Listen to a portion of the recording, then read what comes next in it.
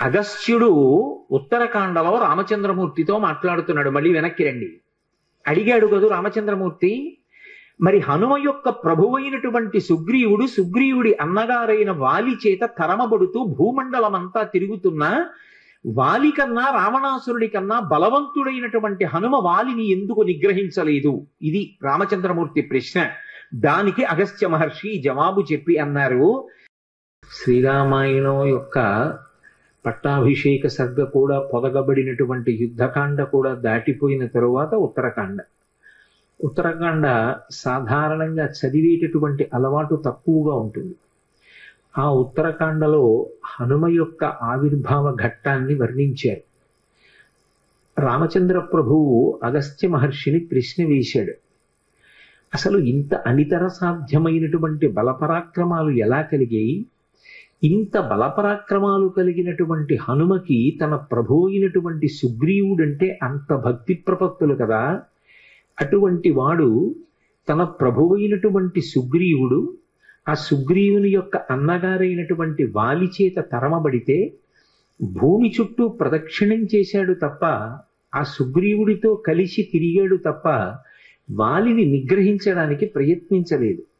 యథార్థానికి వాలి కన్నా రావణాసురుడి కన్నా హనుమయే బలవంతుడు అని నాకు అనిపిస్తోంది. 100 యోజనముల సముద్రాన్ని ఒక్కడే అవలీలగా లంఘనం చేశారా? ఆయన ఒక్కరే సీతాన్వేషణం చేశారా? ఎక్కడ అలసట అనేటటువంటి మాటకి తావివ్వలేదా? సీతమ్మ తల్లి యొక్క జాడ కనిపెట్టి శరీర పరిత్యాగం చేద్దామనుకున్నటువంటి తల్లికి మళ్ళీ ప్రాణముల మీద ఆశ కలిగేటట్టుగా మాట్లాడి రామచంద్రమూర్తి ఇచ్చినటువంటి అభిజ్ఞానాన్ని సీతమ్మకు బహూకరించి సీతమ్మ పట్ల పరమ భక్తి ప్రపత్తులతో ప్రవర్తించి ఆమెకు జీవితం మీద ఆశ కల్పించారా? అక్షకుమారుడి వంటి భయంకరమైనటువంటి రాక్షసుణ్ణి సంహరించారా? రావణాసురుడికి తన సందేశాన్ని ఒక్కడే నిర్భయంగా వినిపించాడా? పట్టుకుందామనుకున్నటువంటి రాక్షసుల్ని తెగటార్చి లంకాపట్టణాన్నంతటినీ దహించారా? ఒక్కడే సునాయాసంగా మళ్ళీ 100 యోజనముల సముద్రాన్ని దాటి ఈవలి ఒడ్డుకు వచ్చి వానరులకు సీతమ్మ తల్లి యొక్క క్షేమవార్త నివేదించి మధువన భంజనం చేసి సుగ్రీవుడికి రామచంద్రమూర్తికి సీతమ్మ క్షేమవార్త చెప్పి మళ్ళీ సీతారాములిద్దరూ కలుసుకోవడానికి తగినటువంటి అవకాశాన్ని కల్పించారా? ఇటువంటి బలపరాక్రమాలు ఒక వ్యక్తి యందు ప్రకాశించడం సామాన్యమైనటువంటి విషయం కాదు. ఇంత గొప్ప శక్తి, ఇటువంటి తేజస్సు, ఇటువంటి దుర్నిరీక్ష్యమైనటువంటి పరాక్రమం అసలు స్వామి హనుమ యందు ఎలా ప్రచోదనమయ్యాయి? ఏ కారణం చేత కలిగాయి అని రాముడు సర్వజ్ఞుడైనటువంటి అగస్త్య మహర్షిని ప్రశ్న చేశాడు. దానికి జవాబు చెప్తూ అగస్త్య మహర్షి హనుమ యొక్క ఆవిర్భావ ఘట్టాన్ని వర్ణించారు. వర్ణిస్తూ ఒక మాట చెప్తారు, అప్సర స్త్రీలలో శ్రేష్ఠురాలు పుంజకస్థల. ఆమె ఒకప్పుడు శాపవశాత్తు అంజనాదేవి అనబడేటటువంటి పేరుతో కామరూపిణి అయి, అంటే కావలసిన రూపాన్ని పొందగలిగినటువంటి శక్తితో ఈ భూమండలం మీద ఆవిర్భవించింది. సూర్యుని యొక్క కిరణముల చేత నిరంతరము బంగారు కొండగా ప్రకాశించేటటువంటి మేరు పర్వత ప్రాంతంలో పరిపాలన చేసేటటువంటి వానర నాయకుడైనటువంటి కేసరికి భార్య అయింది. ఆయనకి భార్య అయినటువంటి ఆ అంజనాదేవి యందు ఔరసపుత్రుడిగా వాయుదేవుని యొక్క కుమారుడై స్వామి హనుమ ప్రభవించారు. అందులో ఆమె తపస్సు చేయడం కోసమని అరణ్యానికి వెళ్ళింది. శాలిశూక నిభాభాసం ప్రసూతేమం తదాంజన ఫలాన్యా హర్తుకామావై నిష్క్రాంతా దహనే వనే అన్నారు మహర్షి. శాలిశూక నిభాభాసం, ఒడ్డు గింజ యొక్క చివరి భాగం ఎంత బంగారు కాంతితో మెరుస్తూ ఉంటుందో అంత బంగారు రంగుతో ప్రభవించారు ఆయన.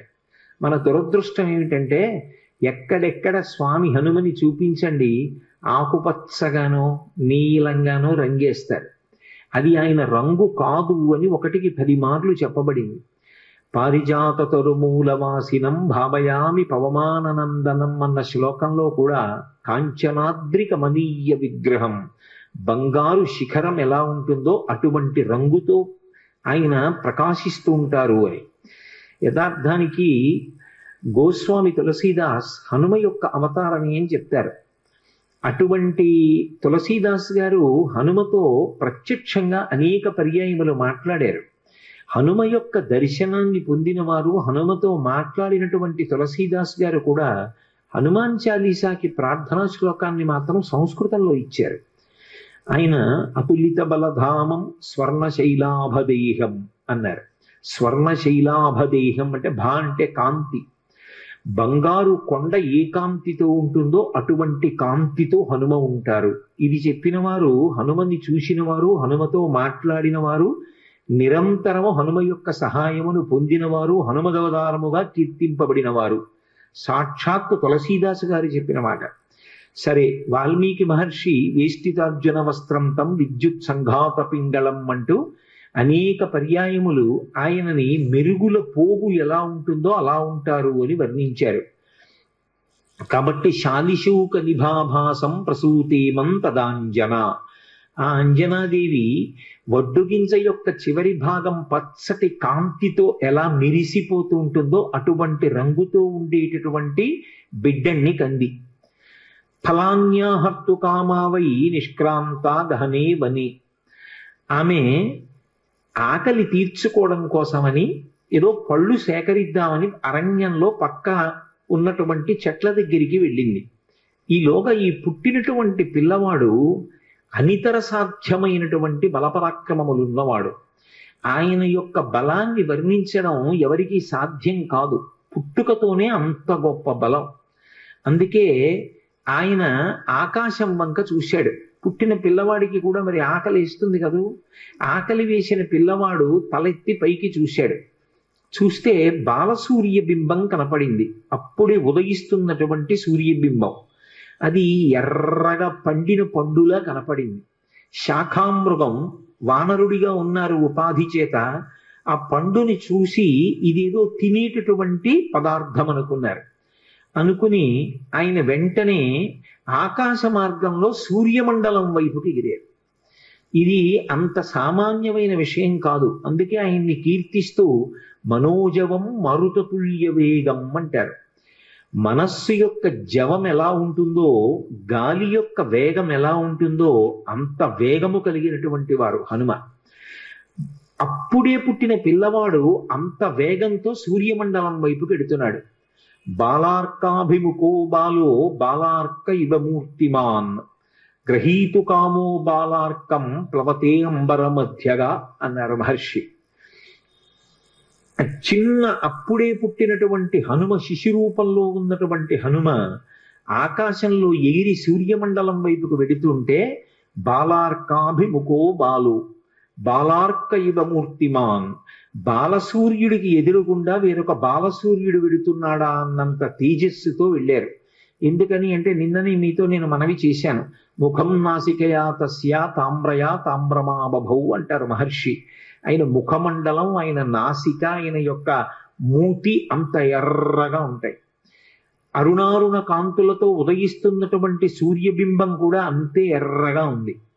ఈయన బయలుదేరి సూర్యుడి వైపుకి ప్రయాణం చేస్తున్నారు.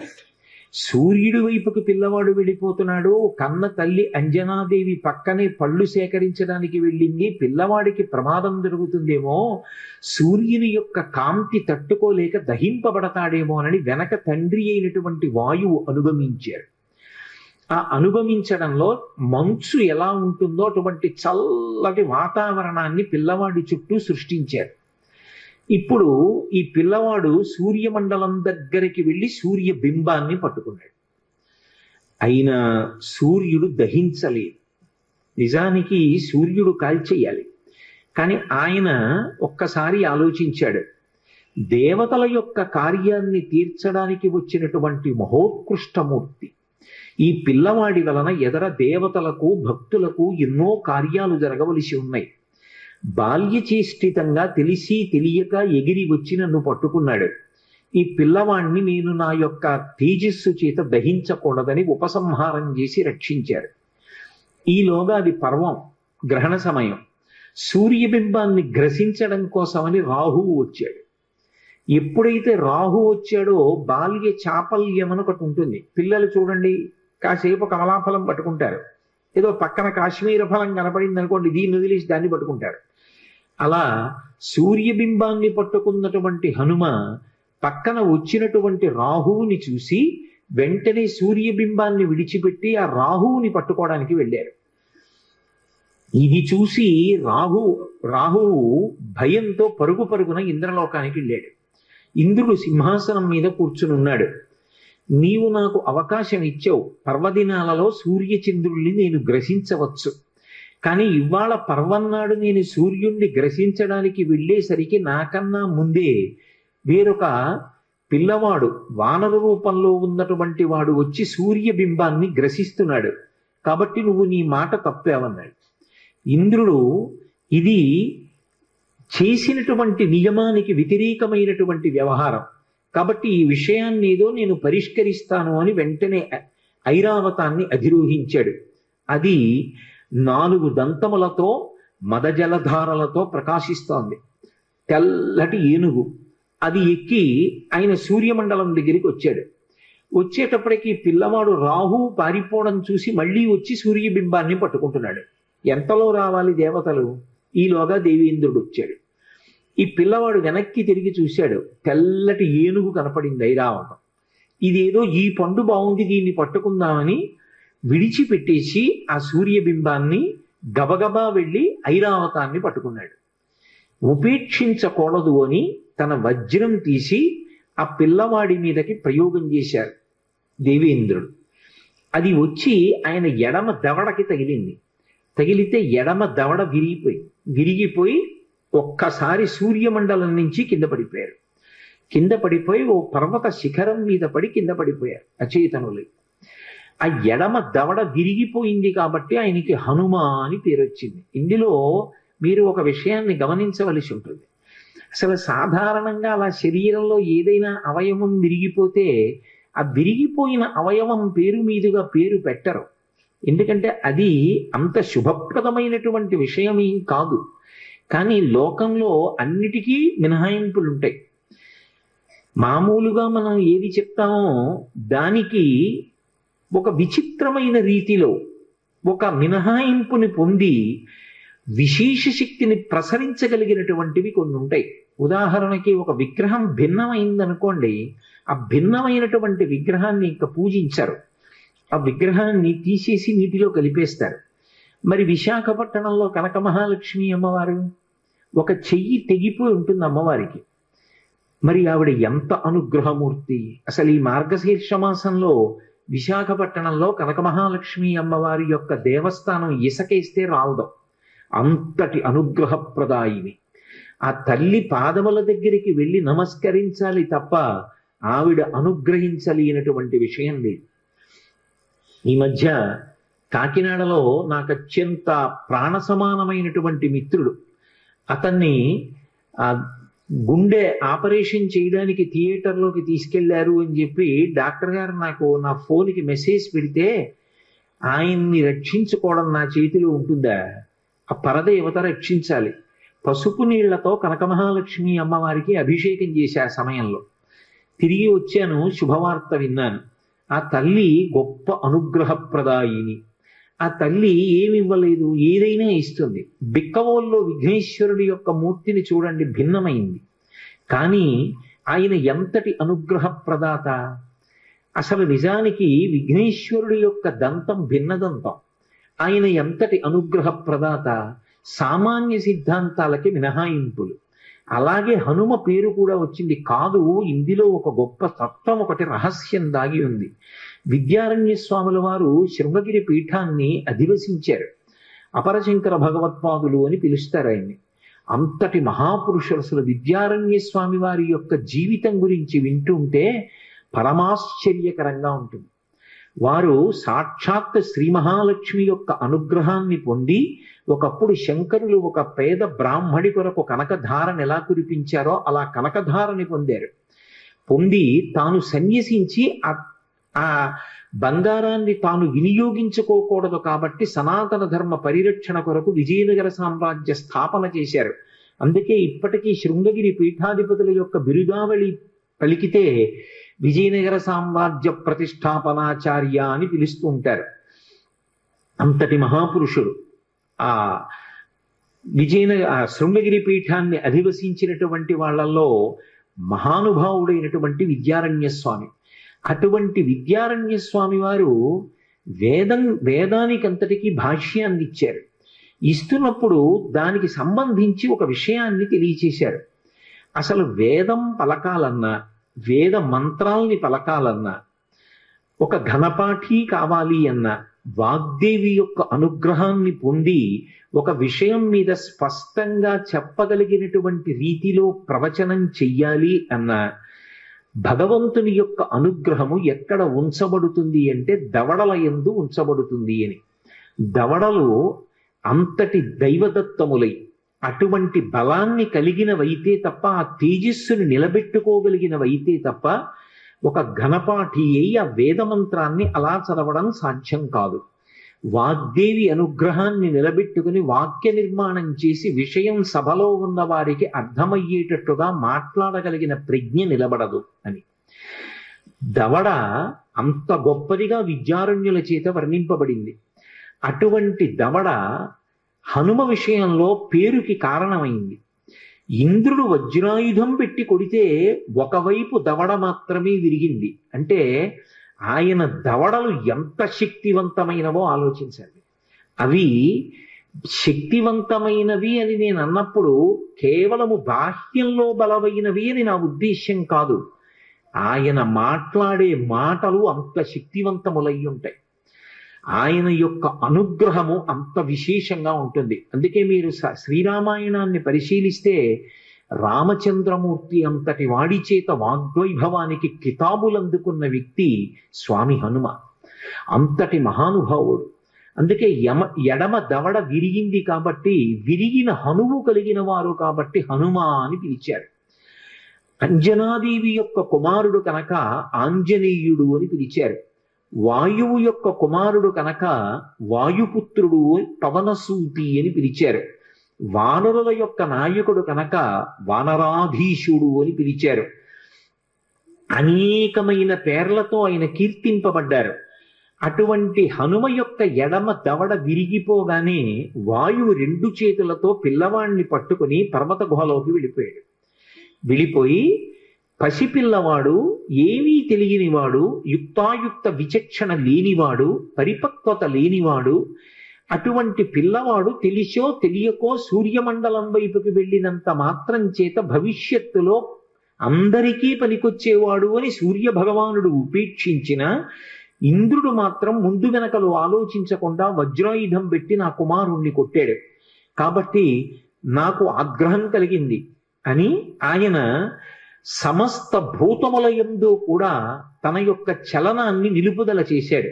అంటే సమస్త ప్రాణుల యందు కూడా వాయువు లోపల తిరుగుతూ ఉంటుంది. ఏదో ఊపిరి తీసి విడిచిపెట్టడమే కాదు, ఒక్కసారి ఊపిరి తీస్తే అది 10 వాయువులుగా విడిపోతుంది. ప్రాణ అపాన వ్యాన ఉదాన సమాన నాగ కూర్మ కృకర ధనంజయ దేవదత్తములు అని ఈ 10 పేర్లతో విడిపోయినటువంటి వాయువులో ఒక వాయువు ఈ శరీరం అంతా కూడా కదలడానికి, వంగడానికి, సంధిబంధములు నిలబడడానికి కారణమవుతుంది. దాని చేతనే శరీరం వంగుతుంది అని వేదాంత శాస్త్రం. కాబట్టి ఇప్పుడు ఆయన లోపల తిరగడం మానేశాడు, బయట తిరగడం మానేశాడు. ఇప్పుడు ఏమైంది? కాష్టభూతాని జిగ్నిరే అన్నారు మహర్షి. కాష్టము అంటే కొయ్య. ప్రాణం పోయిన వ్యక్తి చూడండి, అప్పుడే చచ్చిపోయిన వ్యక్తి చెయ్యిలే అన్నారనుకోండి కదులుతుంది. కాసేపు అయిపోయింది అనుకోండి, కొంతసేపు అయిపోయిన తర్వాత కాష్టభూతం అయిపోతాడు. అంటే కొయ్య ఎలా అయిపోతుందో అలా అయిపోతాడు. ఓ కర్రని ఇట్నుంచి పట్టుకుని పైకెత్తితే మొత్తం కర్ర లేచినట్టు, శరీరం కాలు పట్టుకు పైకెత్తితే మొత్తం శరీరం పైకి లేచిపోతుంది. కారణం వాయు ప్రసరణం ఆగిపోతుంది అని శాస్త్రం. కాబట్టి కాష్టభూతాన్ని జిగ్నిరే, ఎవరు ఎలా ఉన్నారో అలాగే బిగిసిపోయారు. ఇప్పుడు దానివల్ల ఏమైంది అన్నారు, ధర్మచక్రం నిలబడిపోయింది. ఇది ఈ దేశం యొక్క గొప్పతనం. ఏదైనా ఆగచ్చు, ధర్మచక్రం ఆగకూడదు. ఆ ధర్మచక్రం తిరుగుతూనే ఉండాలి. ధర్మచక్రం తిరగడానికి ప్రతివాడు తన ధర్మాన్ని తాను పాటించాలి. ఎందువల్ల ఆగిపోయింది అన్నారు, స్వాహాకారము, వషట్కారము, స్వాధ్యాయము ఆగిపోయాయి. స్వాధ్యాయము అంటే వేదం చదువుకోవడం. వేదం గురువు గారు చెప్పాలన్నా, శిష్యుడు పలకాలన్నా దవడలు కదలాలి. దవడలు కదలకుండా ఆగిపోయాయి సమస్త ప్రాణులకు. ఎందువల్ల? హనుమ యొక్క దవడ విరిగింది, అందరి దవడలు ఆగిపోయాయి. ఆగిపోతే స్వాధ్యాయం ఆగిపోయింది. అసలు వేదం చెప్పేవాడు చెప్పడానికి అవకాశం లేదు, వేదం నేర్చుకునేవాడు పలకడానికి అవకాశం లేదు. వషట్కారం ఆగిపోయింది. వషట్కారం అంటే దేవతలకు హవిస్సు ఇస్తారు, వేదమంత్రాలు చెప్తూ హవిస్సుని అగ్నిహోత్రంలో ఇస్తారు. అలా ఇవ్వాలి అంటే మంత్రం చెప్పాలి. మంత్రం చెప్పాలంటే దవడలు కదలాలి. స్వాహ అన్న దగ్గరికి వచ్చేటప్పటికి ఆ హవిస్సు సృక్కు స్రవంతో ఇవ్వాలి అంటే చేతులు కదలాలి. ఇప్పుడు అలా కదలకపోతే హవిస్సు అగ్నిహోత్రంలో పడదు, పడకపోతే దేవతలకు అన్నం దొరకదు. కాబట్టి ఇప్పుడు ధర్మచక్రం అంతా నిలబడిపోయింది. సంధ్యావందనం ఎలా చేస్తారు? సూర్యాస్తమయం అవుతోంది. మీరు సంధ్యావందనం చెయ్యాలంటే ఉద్ధరణి పట్టుకుని ఇలా చేతిలో వేసుకుని ఓం కేశవాయ స్వాహ అని పుచ్చుకోవాలా? ఎలా పుచ్చుకోవడం? చేతులు కదలకపోతే. ఎవరి ధర్మం వాళ్ళు పాటించడానికి అవకాశం లేదు, ఆగిపోయింది ధర్మచక్రం. ఒక్క వానర శిశువుకి కలిగినటువంటి ఆపదకి సమస్తమైనటువంటి దేవతలు ప్రాణులు తల్లడిల్లిపోయారు.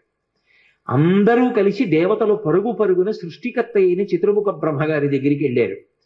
దిక్పాలులలో ఒకడైనటువంటి వాయువు యొక్క ఆగ్రహం చేత ఇవాళ ప్రాణులలో వాయు సంచారం లేదు. వాయు సంచారం లేని కారణం చేత అనేక ఉపద్రవములు సంభవించాయి. నిజంగా ఋషి ప్రోక్తమైనటువంటి విషయాలు చదువుతుంటే ఎంత గొప్పగా వర్ణిస్తారా అనిపిస్తుంది. వాళ్ళు ఒక మాట అన్నారు, ఏమిటి వాయువు యొక్క శక్తి అంటే, నమస్తే వాయు త్వమేవ ప్రత్యక్షం బ్రహ్మాసి అని మనం ఆయన్ని స్తోత్రం చేస్తూ ఉంటాం. వాయువు యొక్క గొప్పతనం ఏముంది అంటే, దేవతలు అన్నారు వాయు ప్రాణ సుఖం వాయు, వాయు సర్వమిదం జగత్, వాయునాసం పరిత్యక్తం న సుఖం విందతే జగత్ అన్నారు. వాయు ప్రాణ, వాయువే ప్రాణము. కడుపు నిండా తిన్నాడా, మంచినీళ్లు తాగాడా, ఇది కాదు. ఊపిరి తీయాలి, ఊపిరి వదలాలి. తీసిన ఊపిరి వదలకపోయినా, వదిలిన తరువాత తీయకపోయినా మరణించినట్టే. యావత్ పవనో నివసతి దేహే తావత్ పృచ్చతి కుశలంగేహే, గతవతి వాయో దేహాపాయే భార్యా బిభ్యతి తస్మిన్ కాయే అంటారు శంకర భగవత్పాదులు. ఊపిరి తీయలేదో అప్పటి వరకు బాగున్నారా బాగున్నారా బాగున్నారా అని అడిగిన వాళ్ళు ఇక బాగున్నారా అని అడగరు. ఆ శివం వెళ్ళిపోయింది. వాయువే ప్రాణము. వాయు ప్రాణ సుఖం వాయు, నాకు సుఖంగా ఉందండి అంటాడు. ఏమిటి సుఖం?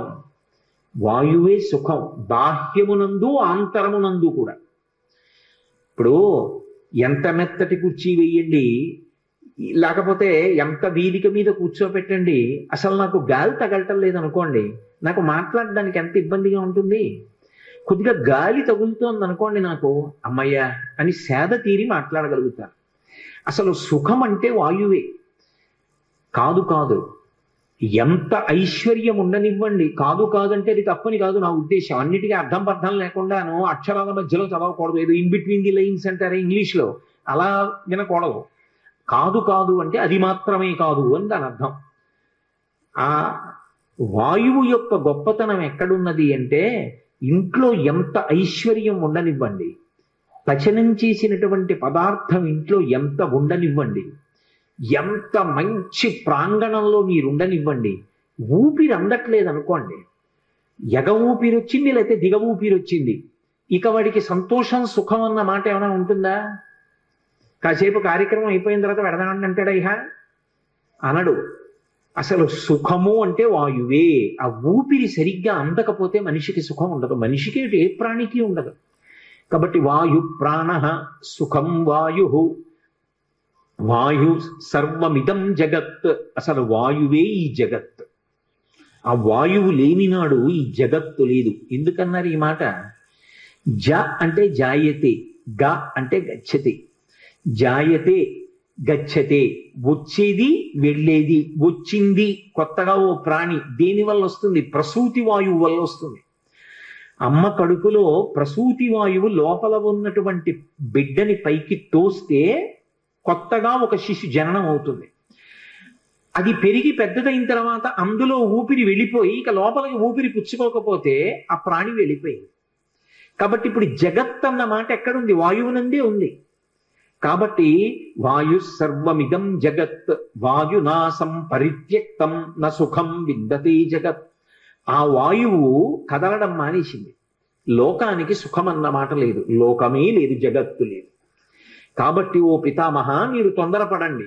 వాయువుకి ఏ కారణం చేత ఆగ్రహం కలిగిందో ఆ ఆగ్రహాన్ని తీర్చండి. తీర్చి మళ్ళీ సమస్త భూతములు సంతోషపడేటట్టుగా చెయ్యండి. ఇప్పుడు బ్రహ్మగారే బయలుదేరాడు.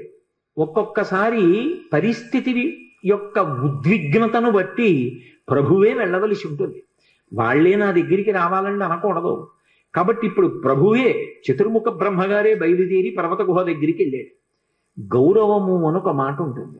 ఎంత గౌరవంగా ఉంటుందంటే ఒక కావ్యాన్ని ఒక పురాణాన్ని మీరు పరిశీలిస్తే అంత మర్యాదగా ఉంటుంది. కోపం వేరు, కానీ యుక్తాయుక్త విచక్షణ వేరు. కోపం ఎప్పుడు దేనికి సాధనం కావాలి అంటే తప్పు జరిగినప్పుడు ఆ తప్పుని దిద్దడానికి సాధనం కావాలి. అది ఒక్కరు చేసిన తప్పు కాదనుకోండి, చాలా మంది కలిసి తప్పు చేశారు, అది ఒకడు చేసిన తప్పు కాదు. 50 మంది శిష్యులు ఉన్నారు, ఒక్కడికి గురువు గారు గుర్తురాల. ఏదో సుబ్రహ్మణ్య షష్ఠి నాడు ఉత్సవం జరుగుతోంది, కావడి పట్టుకుంటున్నారు, ఇంతమంది పట్టుకున్నారు, పేరుకి గురువు గారిని పిలుస్తారు, ఒక్కడికి గురువు గారు గుర్తు రాలేదనుకోండి, గురువు గారు ఎందుకు రాలేదని అడిగినవాడు లేడు, గురువు గారు రెండని పిలిచినవాడు లేడు. ఇప్పుడు గురువు గారికి కోపం రావాలా వద్దా అంటే వచ్చి తీరాలి. ఎందుకంటే వ్యవస్థ గాడి తప్పిపోయింది. కాబట్టి గాడిలో పెట్టాలి అంటే గురువు ఆగ్రహించాలి. ఎలా ఆగ్రహించాలి అంటే తాను కోపమునకు వశుడైపోకూడదు, కోపము తన చేతిలో ఉండాలి సాధనంగా, దాని చేత దిద్దాలి వ్యవస్థని. ఇది మీరు రామాయణాదుల్ని పరిశీలిస్తే ఎంత అద్భుతంగా కనపడుతుంది. వాయువు చతుర్ముఖ బ్రహ్మగారు వస్తుంటే నా కొడుకు ఇంత ఇబ్బందికి కారణం అవడానికి అదిగో ఆ ఇంద్రుడే కారణం, ఆ ఇంద్రుడితో దేవతలతో కలిసి బ్రహ్మగారు వస్తున్నాడు, నేనెందుకు లేచి నిలబడాలి అనలేదు. వెంటనే లేచి నిలబడ్డాడు. మంత్రములతో ఆయన దగ్గరికి వెళ్ళి ప్రదక్షిణం చేసి నమస్కారం చేసి చేతులు జోడించి నిలబడ్డాడు. వెంటనే చూశాడు, ఏమి వాయుదేవా, ఏమి ఆగ్రహం, ఇదిగో యుక్తాయుక్త విచక్షణ లేని నా బిడ్డడు దేవతలందరికీ పనికి రావలసిన వాడు సూర్యమండలం వైపుకు వెళ్ళాడని కొట్టాడు ఇంద్రుడు, పడిపోయాడు. వెంటనే ఆయన తన కమండలంలో నీళ్లు ఆ పిల్లవాడి మీద జల్లి స్పృశించాడు బ్రహ్మగారు. చతుర్ముఖ బ్రహ్మగారి యొక్క స్పర్శ కలగగానే ఆ పిల్లవాడు అప్పుడే పుట్టిన వాళ్ళ మళ్ళీ లేచి కూర్చున్నాడు. లేచి కూర్చుంటే వాయువుతో సహా సమస్త దేవతలందరూ సంతోషించారు. వెంటనే వాయువు మళ్ళీ ప్రసరణం ప్రారంభం చేశాడు. సమస్త భూతముల యందు ఆయా శరీరముల యందు వాయు ప్రసరణం ప్రారంభమైంది. ఆ వాయు ప్రసరణం ఎప్పుడైతే ప్రారంభమైందో అందరూ సేద తీరారు. ఇప్పుడు బ్రహ్మగారు అన్నారు, ఈ పిల్లవాడు మహోత్కృష్టమైనటువంటి మూర్తి, ఇతను దేవతా కార్యములను సాధించవలసిన వాడు, అందుకే నేను ఇతనికి వరమిస్తున్నాను. ఈ పిల్లవాడు బ్రహ్మదండము చేత కూడా కొట్టబడడు. ఇకపైన మీరు కూడా ఈ పిల్లవాడికి వరాలివ్వండి అని ఆజ్ఞాపించాడు దేవతల్ని. సాధారణంగా వరమిస్తే దేవతలు ఏదో ఒక కోర్కె తీరేటట్టుగా ఇస్తారు, కానీ హనుమ విషయంలో చాలా విచిత్రమైన రీతిలో వరం ఇచ్చారు. ఆ దేవతలందరూ బయలుదేరారు. సూర్య భగవానుడు వచ్చాడు. వచ్చి ఆయన అన్నాడు, ఈ పిల్లవాడికి నేను గురుస్థానం వహిస్తాను. ఒక గురువు దొరకడం అంటే జీవితంలో ఎంత గొప్ప విషయమో అర్థమవుతుంది. అందున ఇవాళ ఆదివారం కాదు, త్రయోదశితో ఉంది సూర్యోదయానికి. హనుమకి సూర్యనారాయణమూర్తి పేరు చెప్తే చాలు పరమ సంతోషం. ఎందుకంటే ఆయన గురువుగారే లోకంలో. అందుకని ఆ సూర్యనారాయణమూర్తి వచ్చి ఈ పిల్లవాడికి తగిన వయస్సు వచ్చిన తరువాత నేను శాస్త్రపాఠం చెప్తాను, ఇతనికి నేను గురువు అవుతాను. ఇంకంతకన్నా లోకంలో కావలసింది ఏముంటుందండి? అసలు తగిన గురువు లభించడం కన్నా అదృష్టం ఉంటుందా? సూర్యుడే వచ్చి గురువు అవుతానన్నాడు. కానీ అది తర్వాత ఎంత చమత్కారానికి దారి తీసిందో మీరు పరిశీలించవలసి ఉంటుంది. దేవేంద్రుడు వచ్చాడు. ఒక విచిత్రమైన కోరిక కోరాడు. ఈ పిల్లవాడిని నేను వజ్రాయుధం పెట్టి కొట్టాను. కొడితే కేవలం ఇతని ఎడమ దవడ ఒక్కటి విరిగింది. ఈ విషయం లోకానికి అంతటికీ తెలియడం కోసం వజ్రాయుధం పెట్టి కొడితే విరిగినటువంటి ఎడమ దవడ కలిగిన వాడు కాబట్టి హనుమ అని పిలవబడాలి. ఈ పిల్లవాడు ఇక పైన నా వజ్రాయుధము చేత ఎన్నడూ కొట్టబడడు. నా వజ్రాయుధం ఈ పిల్లవాడిని ఏమీ చెయ్యలేదు. వెంటనే యమధర్మరాజు గారు వచ్చాడు. ఆయన అన్నాడు, లోకంలో ఏ ప్రాణులైనా సరే నేను వేసినటువంటి యమపాశముల చేత శరీరాన్ని విడిచిపెట్టేస్తారు, జీవుడు ఉత్క్రమణం అవుతాడు. కానీ ఈ పిల్లవాడు యమపాశముల చేత కట్టబడడు. నా యొక్క అనుగ్రహం లేకపోతే రోగములు వస్తాయి, రోగముల చేత బాధపడతారు జనులు. కానీ ఈ పిల్లవాడి శరీరానికి ఎప్పుడు రోగం రాదు. ఏ రోగం లేకుండా ఎప్పుడు పరమ సంతోషంతో ఆనందంగా జీవనం చేస్తాడు. యమధర్మరాజు గారు వరం ఇచ్చాడు. వెంటనే వరుణుడు బయలుదేరి వచ్చాడు. ఆయన అన్నాడు, 10 లక్షల సంవత్సరముల తర్వాత కూడా నా వరుణపాశముల చేత ఈ పిల్లవాడు బంధింపబడడు. ఈ పిల్లవాడు నీటిలో మునిగిపోయినా ప్రమాదము జరగదు. నీటి యందు పిల్లవాడికి ప్రమాదము జరగకుండా వరుణపాశముల చేత కట్టబడడు అని నేను వరం ఇస్తున్నానన్నాడు. కుబేరుడు బయలుదేరి వచ్చాడు. వచ్చి ఆయన అన్నాడు, ఆయనకి ఒక కన్ను పచ్చగా ఉంటుంది, పచ్చటి కన్ను పెట్టుకుని ఉంటాడు కుబేరుడు. సరే, ఆ వృత్తాంతం అంతా వేరనుకోండి.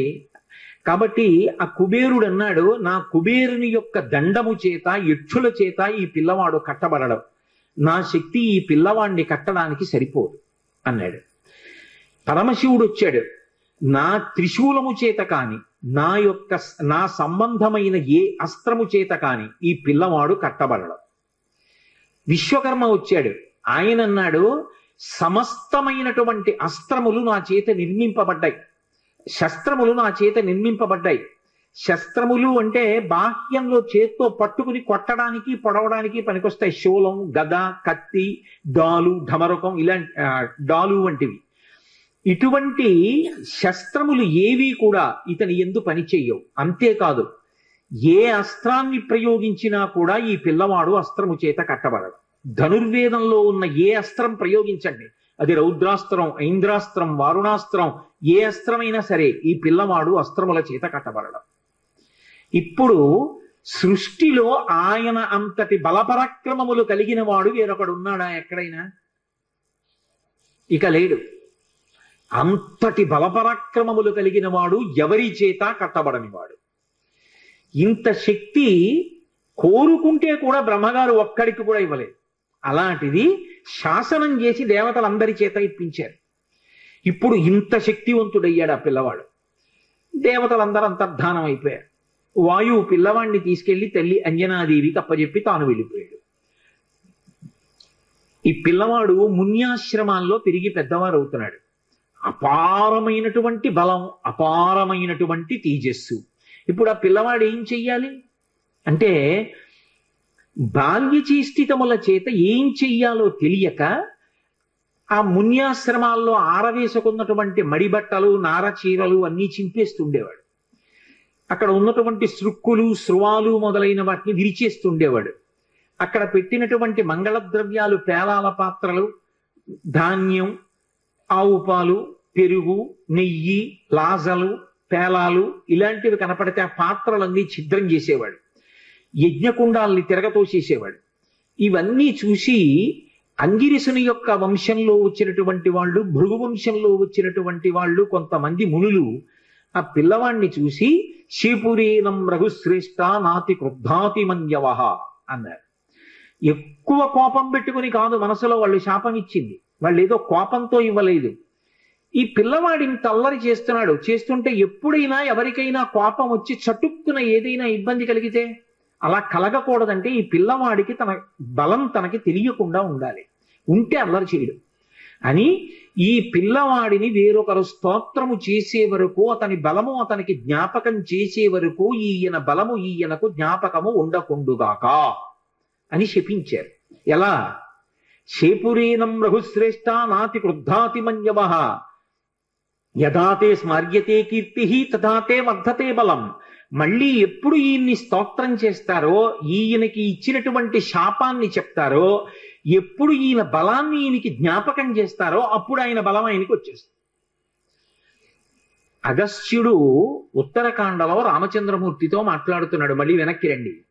అడిగాడు కదూ రామచంద్రమూర్తి, మరి హనుమ యొక్క ప్రభువైనటువంటి సుగ్రీవుడు, సుగ్రీవుడి అన్నగారైన వాలి చేత తరమబడుతూ భూమండలమంతా తిరుగుతున్నా వాలి కన్నా రావణాసురుడి కన్నా బలవంతుడైనటువంటి హనుమ వాలిని ఎందుకు నిగ్రహించలేదు? ఇది రామచంద్రమూర్తి ప్రశ్న. దానికి అగస్త్య మహర్షి జవాబు చెప్పి అన్నారు, తెలియదు హనుమకి తన బలం తనకి తెలియదు కాబట్టి నేను వాలిని నిగ్రహించగలను అని తెలియక సుగ్రీవుడు పారిపోతుంటే ఆయన వెంట తాను కూడా పారిపోయాడు తప్ప తాను రక్షించే ప్రయత్నం చెయ్యలేదు. కానీ ఎప్పుడు మళ్ళీ తెలిసింది హనుమకి తన బలం తనకి అంటే సుందరకాండ ప్రారంభంలో, కిష్కింధకాండ చిట్ట చివర్లో సముద్రాన్ని దాటవలసి వచ్చినప్పుడు వానరములన్నీ వెళ్ళి ఆ సముద్రపు ఒడ్డున కూర్చున్నాయి. దక్షిణ తీరంలో లంకకి చేరాలి, ఉత్తర తీరంలో కూర్చుని ఉన్నారు వానరులందరూ. కొన్ని లక్షల వానరములు కూర్చుని ఉన్నాయి. ఎదురుగుండా 100 యోజనముల సముద్రం కనపడుతోంది. నేను దాటగలనన్నవాడు మాత్రం కనపడలేదు. 10 యోజనములు, 20 యోజనములు, 30 యోజనములు, 90 యోజనములు వెడతానన్నవాడే తప్ప 100 యోజనములు దాటి వెళ్ళగలనన్నవాడు లేడు. యువరాజు అంగదుడు లేచి అన్నాడు, నేను 100 యోజనముల సముద్రాన్ని గడచి వెళ్ళగలను, కానీ మళ్ళీ తిరిగి రాగలనో లేనో నమ్మకం లేదన్నాడు. కాబట్టి ఇప్పుడు 100 యోజనముల సముద్రాన్ని దాటి ఆవలి ఒడ్డుకి కాంచనలంకలో ప్రవేశించి మళ్ళీ క్షేమంగా తిరిగి రాగలిగినటువంటి జవసత్వములు ఉన్నవాడు లేడు. అందరూ చతికిలబడి కూర్చున్నారు. తన బలం తనకి జ్ఞాపకం లేదు కాబట్టి హనుమ కూడా కూర్చుని ఉండదు. అప్పుడు జాంబవంతుడు లేచాడు. జాంబవంతుడు చతుర్ముఖ బ్రహ్మగారు ఆవలిస్తే వచ్చినవాడు. అందుకని ఆయనది దీర్ఘాయుష్మంతుడు. అందుకే మీకు ద్వాపర యుగంలో కూడా కనపడతాడు. ద్వాపర యుగంలో కూడా వినాయక చవితి వ్రతకల్పంలో శ్రీకృష్ణ భగవానుడితో యుద్ధం చేస్తాడు. ఆ జాంబవంతుడు లేచి ఒక మాట అన్నాడు, నాయనా హనుమా, నీ బలాన్ని నువ్వు మరిచిపోయావు, నీ బలం నీకు జ్ఞాపకం లేదు. ఒకానొకప్పుడు శ్రీ మహావిష్ణువు వామనమూర్తిగా వచ్చి బలిచక్రవర్తి దగ్గర 3 అడుగులు దానం అడిగారు. ఇచ్చాను, నీకు కావలసిన భూమిని తీసుకో, కొలుచుకో అన్నాడు బలిచక్రవర్తి. వెంటనే ఆ చిన్న పిల్లవాడిగా వచ్చినటువంటి వామనమూర్తి తన యొక్క పాదముల చేత 3 అడుగుల భూమిని కొలవడం కోసమని ఒక పాదంతో ఈ భూమిని అంతటినీ కొలిచాడు, ఒక పాదంతో ఆకాశాన్నంతటినీ కొలిచాడు. 3వ అడుగు ఎక్కడ పెట్టను అన్నాడు. అప్పుడు ఇంతంతైవటుడు ఇంతయై మరియు తానింతై అభోవీధిపై అంతైతో ఇదమండలగ్రమన కల్లంతై ప్రభారాశిపై అంతై చంద్రునకంతయై ధ్రువునిపై అంతై మహర్వాటిపై అంతై సత్యపదోన్నతుండగుచు బ్రహ్మాండాంత సంవర్ధి. అంత పెరిగిపోయినటువంటి ఆ త్రివిక్రమ స్వరూపంతో పాటుగా అరణ్యములతో పర్వతములతో ఉన్నటువంటి ఈ భూమికంతటికి 21 మార్లు ప్రదక్షిణం చేశాను హనుమ. జాంబవంతుడు చెప్తున్నాడు. కానీ ఇప్పుడు ఓపిక లేదు, వెళ్ళలేను. నువ్వు సామాన్యుడివి కావు, కారణజన్ముడివి. నీ తల్లి ఒక అప్సర స్త్రీ, పుంజకస్థల. శాపవశాత్తు ఈ భూమి మీద అంజనాదేవి అన్న పేరుతో పుట్టింది. ఆమె నీ తండ్రి అయినటువంటి కేసరి యొక్క భార్య. వాయుదేవుడు ఔరసపుత్రుడిగా కేసరికి క్షేత్రజునిగా అనుగ్రహించాడు నిన్ను. అప్పుడు పుట్టినటువంటి కారణజన్ముడివి. పుడుతూనే శిశురూపంలో ఆకలిగొని ఉదయిస్తున్న సూర్యబింబాన్ని పండనుకొని పట్టుకోవడానికి వెళ్ళి ఇంద్రుని యొక్క వజ్రాయుధం చేత కొట్టబడి ఎడమదవడ విరిగి కింద పడితే విరిగిన దవడ కలిగిన వాడివి కనుక హనుమ అని పేరు పొందావు.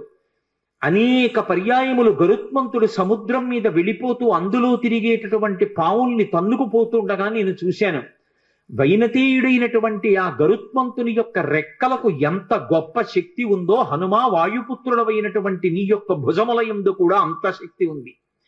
నీ బలాన్ని నువ్వు జ్ఞాపకం తెచ్చుకో. ఒకప్పుడు ఋషుల యొక్క శాపకారణం చేత నీ బలాన్ని మరిచిపోయావు. ఇప్పుడు సమస్త వానర జాతి ప్రతిష్టని, వానర ప్రభువైనటువంటి సుగ్రీవుని యొక్క కార్యాన్ని నెరవేర్చడాన్ని, సుగ్రీవుడిచ్చినటువంటి మాట నిజమైంది అనేటట్టుగా సుగ్రీవుడి యొక్క ప్రతిష్టని నిలబెట్టడం, రామచంద్రమూర్తి కార్యాన్ని సాధించడం, సీతమ్మ తల్లి క్షేమవార్త తీసుకురావడం, ఇంతమంది వానరుల యొక్క ప్రాణాన్ని నిలబెట్టడం నీ చేతులలో ఉన్నాయి. హనుమ, వాయువు, గరుత్మంతుడు, నువ్వు, మీ ముగ్గురికే ఇంతటి వేగం ఉన్నది.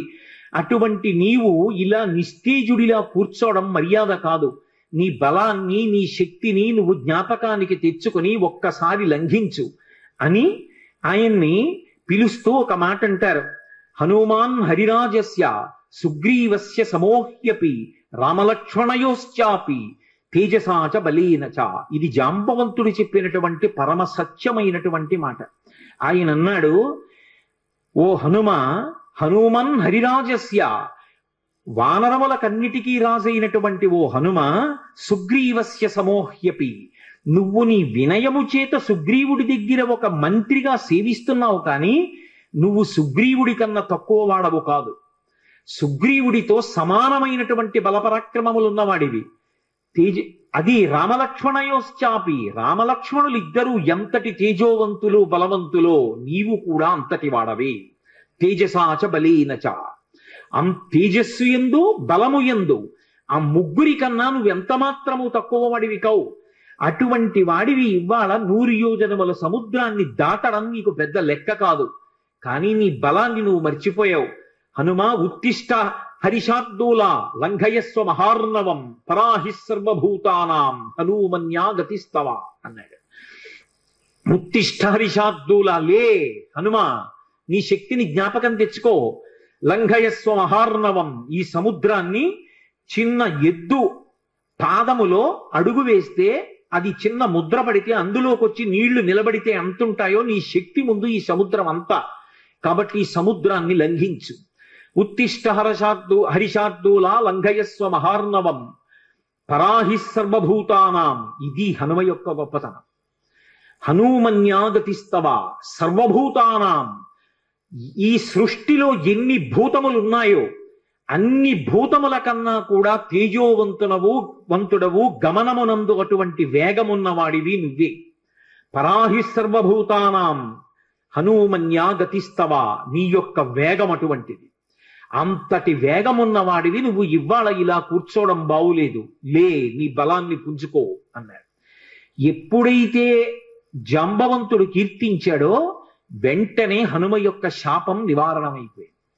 ఇప్పటికీ తెలియక ఓ మాట అంటుంటారు, మనం ఆయన బలం ఆయనకి జ్ఞాపకం చేయాలండి అని. మనం జ్ఞాపకం చేయక్కర్లేదు, ఎప్పుడో ఆయన శాపం తీరిపోయి తన బలం తాను జ్ఞాపకానికి తెచ్చుకున్నారు కాబట్టే వెంటనే ప్రతిజ్ఞ చేశారు. లేచి నిలబడి, ఇక్కడి నుంచి నేను కాని సముద్ర లంఘనాన్ని ప్రారంభం చేస్తే నేను నా పాదములతో భూమిని దట్టించినప్పుడు ఈ భూమి ఊంచుకోలేదు. అందుకే మహేంద్రగిరి మీద నిలబడి అక్కడి నుంచి బయలుదేరి వెడతాను.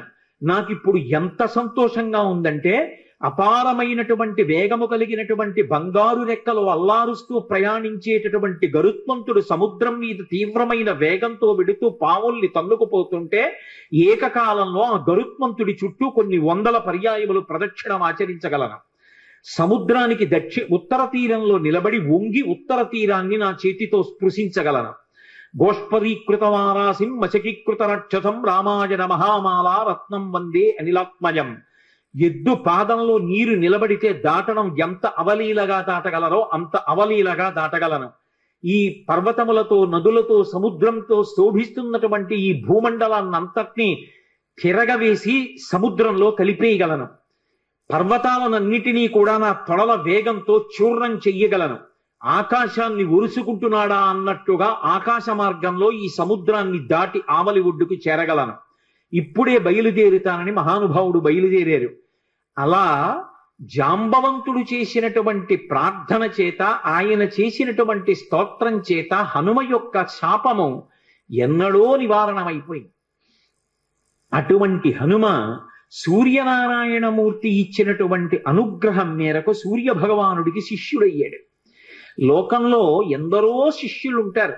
గురువుగారి దగ్గర పాఠం నేర్చుకున్న వాళ్ళు, శాస్త్రం చదువుకున్న వాళ్ళు. కానీ అందరు శిష్యులు ఒకెత్తు, హనుమ ఒక్కరూ ఒకెత్తు. హనుమ వంటి శిష్యుడు లోకంలో ఉండరు. ఎందుచేత అంటే లోకంలో ఎక్కడైనా గురువు పాఠం చెప్పాలి అంటే తాను స్థిరంగా కూర్చుని శిష్యుల్ని కూర్చోబెట్టుకుని పాఠం చెప్తారు. అథవా గురువు గారు అటు ఇటు నడుస్తూ పాఠం చెప్పడం విన్నాం, గురువు గారు మధ్యలో తెర కట్టుకుని శిష్యులకి పాఠం చెప్పడం విన్నాం పతంజలి చరిత్రలో. కానీ సూర్యుడు హనుమకి పాఠం చెప్పడానికి ఆగకూడదు, ఎందుకంటే కాలగమనం ఆగిపోతుంది కాబట్టి ఆయన ఉదయాద్రి మీద బయలుదేరి అస్తాద్రికి వెళ్ళిపోయే పర్యంతము ఆయనతో పాటుగా ప్రయాణిస్తూ పాఠం వినాలి. ఆయన పోని ప్రయాణించేటప్పుడు చంద్రుళ్ళ సుధాకిరణుడై ఏం చల్లగా ఉండడు, నిమిషానికి ఆయన తేజస్సుని పుంజేసుకుంటాడు. మధ్యాహ్న కాలం అయ్యేటప్పటికి మార్తాండ బింబంగా ఉంటాడు, దుర్నిరీక్షమైనటువంటి ప్రకాశంతో ఉంటాడు. అటువంటి సూర్యనారాయణమూర్తి దగ్గర కూర్చుని పాఠం వినడం ఎలా సాధ్యం? పోని గురువు గారు పాఠం చెప్తుంటే ఆయన నేర్చుకున్నది వ్యాకరణం, పైగా వ్యాకరణం నేర్చుకోవాలి అంటే కేవలం విని నేర్చుకోవడం కుదరదు, పుస్తకం చేతితో పట్టుకోవాలి. పట్టుకుని గురువు గారికి పక్కన నిలబడి ఇలా చెవి పెట్టి గురువు గారితో సమానంగా కూర్చోవడం కానీ గురువు గారితో సమానంగా నిలబడడం కానీ చేసి పాఠం నేర్చుకోకూడదు. గురువు గారికి పోని గురువు గారు వస్తుంటే కొంచెం ముందుకు వెడుతూ ఇలా చెవి పెట్టి విందామంటే గురువు గారికి పృష్ఠభాగం చూపించకూడదు, గురువు గారికి ముందుకు నిలబడి పాఠం వినాలి. గురువు గారికి ఎదురుగుండా నిలబడదామంటే నిరాధారమైన ఆకాశ మార్గంలో సూర్యనారాయణమూర్తి యొక్క రథం వెళ్ళిపోతుంటుంది. దుర్నిరీక్షమైన తేజస్సు క్షణానికి పుంజేసుకుని మీదకొస్తాడు. అంత వేగంతో సూర్యుడు వస్తే అంత వేగంతో వెనక్కి నడవాలి. వెనక్కి నడుస్తూ చేతిలో శాస్త్రం పట్టుకుని శాస్త్రం వంక చూస్తూ గురువుగారి ముఖం వంక చూస్తూ గురువుగారు చెప్పిన మాటలు వింటూ శ్రద్ధతో చదువుకుంటూ నేర్చుకుంటూ వెనక్కి నడవాలి. నడిచి గురువుగారు అస్తాద్రికి చేరుకునేటప్పటికీ శిష్యుడు అస్త్రాద్రికి చేరుకుని ఆ రోజు పాఠం పూర్తి చెయ్యాలి. ఎవరైనా వెళ్ళగలరా? సూర్యుడి దగ్గర పాఠం నేర్చుకోగలరా? మహానుభావుడైనటువంటి స్వామి హనుమ నేర్చుకున్నాడు. అందుకే సూర్యనారాయణమూర్తికి తన శిష్యుడైనటువంటి హనుమ పేరు చెప్తే ఎంత సంతోషం, ఇటువంటి శిష్యుడు ఎక్కడ దొరుకుతాడని. శిష్యుడి పేరు చెప్తే గురువు పులకించిపోవాలి. దేని చేత అంటే శిష్యుడి యొక్క నడవడి చేత. శిష్యుడి నడవడి చూసి గురువు ఛీ అనే రోజు తెచ్చుకోకూడదు, అంతకన్నా అసహ్యకరమైన విషయం లోకంలో ఎక్కడుంటుంది. కాబట్టి ఆ హనుమ యొక్క వినయం, ఆ హనుమ యొక్క నడవడి చూసి గురువు అయినటువంటి సూర్యనారాయణమూర్తి పరవశించిపోయేవాడు. విచిత్రం ఏమిటంటే హనుమకి గురువు సూర్యనారాయణమూర్తి, ఆ సూర్య వంశంలో ప్రభవించినటువంటి వాడు రామచంద్రమూర్తి. రామచంద్రమూర్తికి గురువు వశిష్ఠుడు. రామచంద్రమూర్తికి గురువు వశిష్ఠుడైతే రామచంద్రమూర్తి స్వామి హనుమకి సమస్తం. యథార్థానికి స్వామి హనుమకి తల్లి రాముడే, తండ్రి రాముడే, గురువు రాముడే, దైవం రాముడే, అన్నీ రాముడే. అసలు శాస్త్రంలో ఒక సీతారామాంజనేయ సంవాదం అని ఒక విషయం చెప్తారు. రామతారక మంత్రోపదేశం హనుమకి ఎవరు చేశారు అంటే సీతమ్మ చేసింది అంటారు. హనుమకి వేదాంత జ్ఞానం నేర్పిన వారెవరు అంటే రామచంద్రమూర్తి, రాముడు గురువు హనుమకి. సూర్యుడి దగ్గర వ్యాకరణ పాఠం అంతా నేర్చుకున్నాడు, కానీ ఆ వినయానికి సూర్యుడు పొంగిపోతాడు. నాకు ఇప్పటికీ తిరుపతి వెళితే ఆ పద్మావతి అమ్మవారి దేవస్థానానికి వెళ్ళి జగదంబని సేవించి వచ్చిన తర్వాత పద్మ సరోవరం ఎదురుగుండా సూర్యనారాయణమూర్తి ఉంటారు, రెండు చేతుల్లో ఇలా కమలాలు పట్టుకుని. ఆయన దగ్గరికి వెళ్ళి ప్రదక్షిణం చేసి కూర్చోగానే నాకు మొట్టమొదట జ్ఞాపకం వచ్చేవారు ఎవరంటే హనుమ. ఎందుకంటే ఈ గురువు గారు ఎంత మురిసిపోతూ ఉంటారో ఆయన్ని శిష్యుడిని తలుచుకుని. అది కదా శిష్యుడంటే. శిష్యుడి పేరు చెప్పేటప్పటికీ గురువు పరవశించిపోవాలి. గురువు సదా నా శిష్యుడు రక్షింపబడుగాక అని మనసులో అంత సంతోషంతో ప్రార్థన చేసేటట్టుగా శిష్యుడి యొక్క నడవడి ఉండాలి. అందుకే ఆ సూర్యనారాయణమూర్తి దగ్గర వ్యాకరణం నేర్చుకున్నారు, వేదాంతాన్ని రామచంద్రమూర్తి దగ్గర నేర్చుకున్నారు హనుమ. రామచంద్రమూర్తికి వేదాంత జ్ఞానము పట్ల విశేషమైనటువంటి అనురక్తి, ధర్మానుష్ఠానమునందు కూడా అంతే అనురక్తి. మనకి పూర్వమీమాంస ఉత్తరమీమాంస అని రెండు ఉంటాయి. పూర్వమీమాంస ధర్మాన్ని ప్రతిపాదన చేస్తుంది, అందుకే దానికి ధర్మమునందు అనురక్తి కల్పించేటటువంటి శాస్త్రము అని ధర్మ జిజ్ఞాస అని పిలుస్తారు. ఉత్తరమీమాంస పరావిద్యని చెప్తుంది, అపరావిద్యని మిగిలినవి చెప్తాయి. పరావిద్య అంటే మోక్షమునకు కారణమైనటువంటి వేదాంత శాస్త్రం. అది కేవలము కూడా బ్రహ్మ జిజ్ఞాస అంటారు. బ్రహ్మ జిజ్ఞాస అంటే కేవలము జ్ఞానమునందు అనురక్తి. ఆ జ్ఞానము ఎవరికి కలుగుతుందో వాడే మోక్షమునకు అర్హుడవుతాడు. వాడు జీవన్ముక్తుడు అంటారు. శరీరంతో ఉండి కూడా మోక్షాన్ని పొందేసిన వాడే. శరీరం పడిపోయిన తరువాత పొందేది విదేహ మోక్షం. అంతేకాని చచ్చిపోయిన తర్వాత ఎప్పుడో మోక్షం వస్తుంది అన్నది అద్వైత సిద్ధాంతం కాదు. జ్ఞానము కలిగిన కారణం చేత శరీరంతో ఉండగానే మోక్షాన్ని పొందేస్తాడు. అందుకే కురుడిని పూర్ణాహుతిలో వాడతారు. అది పెంకు నుంచి విడిపోతుంది. శరీరంలో ఉన్న గుడుగుడులాడుతూ తాను వేరుగా ఆత్మగా ఉంటాడు. సాక్షిగా శరీరాన్ని చూస్తూ ఉంటాడు. ఆ జ్ఞానమునకు ఎవరు చేరిపోయాడో అటువంటి వాడికి ఇహ విహిత కర్మ నిషిద్ధ కర్మ అన్న 2 మాటలు అన్వయం అవ్వవు. అన్నిటికీ అతీతంగా ఉంటాడు. అదిగో అటువంటి మహాజ్ఞానులలో అగ్రగణ్యుడెవరు అంటే స్వామి హనుమ. సాధారణంగా లోకంలో హనుమ అనేటప్పటికీ ఏం చెప్తామంటే ఆయన చాలా గొప్ప బలవంతుడు అంటారు. భజరంగ బలి అంటుంటారు. ఉత్తర భారతదేశం అంతా కూడా ఆయనది ఉక్కు ముక్క లాంటి శరీరం అంటారు. కానీ యథార్థం మనకు అదొక్కటే కాదు. అసలు హనుమ యొక్క తత్వాన్ని అద్భుతంగా అనుభవించిన మహాపురుషుల్లో ఒకడు సంత్ గోస్వామి తులసీదాస్. తులసీదాస్ గారు ఆయన మీద కొన్ని ప్రార్థనా శ్లోకాలు చెప్పారు. హనుమాన్ చాలీసా చేసే అలవాటు ఉన్నవారు ఆ ప్రార్థనా శ్లోకాలు చేస్తారు. అవి సంస్కృతంలో ఇచ్చారు. దాన్ని ఆ ప్రార్థనా శ్లోకం చెప్తూ అతులిత బలధామం స్వర్ణ శైలాభదేహం ధనుజవన కుశానం జ్ఞానినామగ్రగణ్యం అంటారు తులసీదాస్ గారు. అతులిత బలధామం, అతులిత అంటే పోల్చడానికి ఇక అటువంటి బలం ఉన్నవాడు లేడు. ఆయన బలంతో సమానమైన బలం ఉన్నవాడు అని చెప్పడానికి వీల్లేదు. ఎందుకని కింద ఒక పెద్ద విషయం ఉంది. స్వర్ణ శైలాభదేహం, భ కాంతి, బంగారు కాంతి శరీరంలోంచి వస్తూ ఉంటుంది. ఎక్కడదది? మీరు పతంజలి యోగశాస్త్రాన్ని పరిశీలిస్తే అందులో కనపడుతుంది. ఎవరు నిరంతర బ్రహ్మచర్యంలో ఉంటారో, అస్ఖలిత బ్రహ్మచారి, అసలు ఎన్నడూ ఆయన మనసు కామమునకు వశం కాదు. ఎన్నేళ్ళొచ్చినా అటువంటి బ్రహ్మచర్య దీక్షలో నిలబడి తన యొక్క వీర్యశక్తిని తేజశక్తిగా ఓజోశక్తిగా మారుస్తాడో అటువంటి వాడి రోమకూపములలోంచి బ్రహ్మ తేజస్సు బంగారు కాంతితో పైకి కొడుతుంది. అది తులసీదాస్ గారి నిర్వచనం. అతులిత బలధామం, అటువంటి బ్రహ్మచర్యనిష్ఠున్నవాడు. జితేంద్రియం, ఇంద్రియములను గెలిచినవాడు ఆయన. కాబట్టి అతులిత బలధామం, ఆయనతో సమానమైన బలవంతుడు వేరొకడు ఉన్నాడని చెప్పడానికి వీల్లేదు. అంతటి మహాబలవంతుడు హనుమ ఒక్కరే. ఆ బలానికి కారణం ఆయన బ్రహ్మచర్యం కూడా. అతులిత బలధామం స్వర్ణ శైలాభదేహం, అది యోగశాస్త్ర రహస్యం. అందుకన్నారు తులసీదాస్ గారు, ఏదో శరీరం బంగారు కాంతి అని చెప్పడానికి కాదు. తులసీదాసు గారు అపరిమితమైనటువంటి హనుమ యొక్క అనుగ్రహాన్ని పొందిన మహాపురుషుడు. స్వర్ణ శైలాభదేహం ధనుజవన కృశానం, రాక్షసులు అనబడేటటువంటి వనాన్ని అంతటినీ కూడా కార్చిచ్చు రూపంలో కాల్చేసినవారు. కార్చిచ్చు అని అంటుకుంటుంది అరణ్యంలో. రోహిణీ కార్తీ అటువంటి వాటి సమయంలో అంటుకుంటుంది. అసలు ఆ కార్చిచ్చు చూడ్డానికి భయం వేస్తుంది. మీరు ఎవరైనా ఎప్పుడైనా చూశారో లేదో, నాకు ఒకసారి ఈశ్వరుడు దాన్ని చూసేటటువంటి అవకాశం కల్పించాడు. ఒకప్పుడు మంచి వేసవి కాలంలో శ్రీశైలం క్షేత్రంలోంచి కిందకు వచ్చేస్తున్నాను. మేము వచ్చేస్తున్నటువంటి కొండలకి ఆవలి వైపు కొండల మీద కార్చిచ్చు అంటుకుంది. కార్చిచ్చుకో లక్షణం ఉంటుంది. మామూలుగా ఇలా నిలబడి మండదది, అది దూకుతుంది మంట.